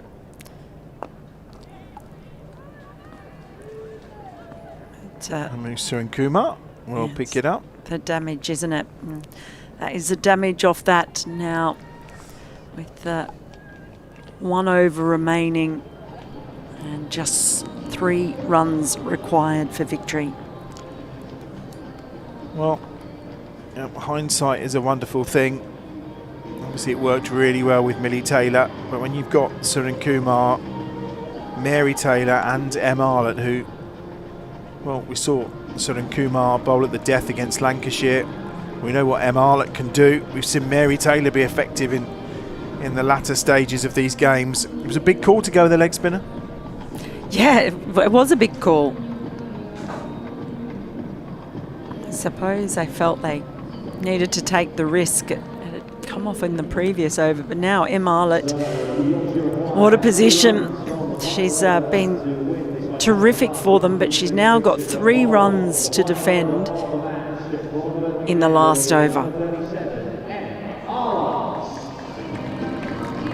Well, as things stand, we're into this final over. 3 required then off of 6 balls. Don't forget, watching on, click on the like, click on the thumbs up, and subscribe as well, of course. We've got another game for you coming later on today in this double header with the men taking on Gloucestershire. But do give us a like on the stream as Yorkshire look to chase down these final 3 runs off of these 6 balls. Em Arlott then to Sarah Glenn. two England international teammates. It's turned round the corner. They will run the first very quickly. They will just leave it at 1. It's fielded by Chloe Brewer. 2 to win then off of 5 balls. It does bring Clark onto strike. Emma, we need some magic. Yes, she will.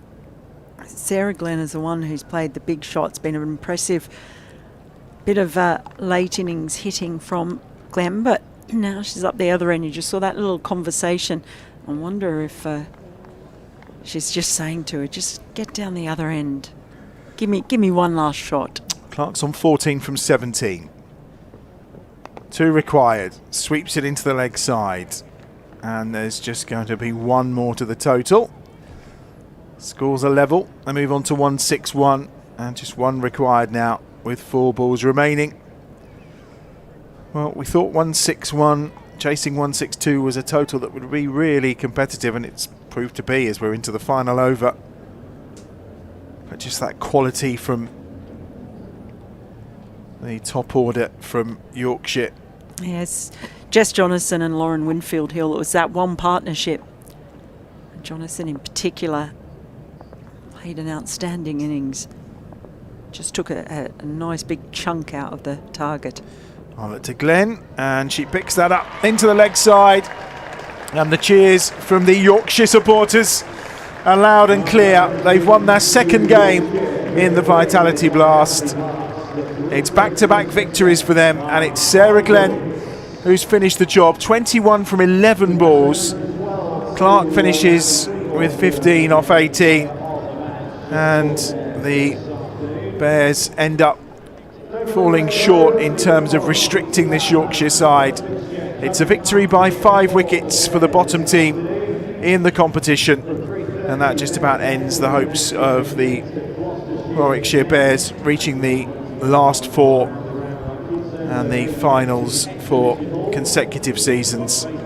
It was a positive day in terms of the runs scored by Freeborn and Redmayne, of course, who were excellent. Abby Freeborn 65, Georgia Redmayne's 52, and then 24 from Nat Wraith and 15 from Emma Arlott.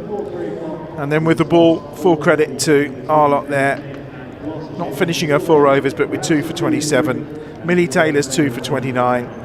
Amu Surin Kumar with 1 for 19 as well. But it's defeat in the first of our double headers, and it was a tight finish.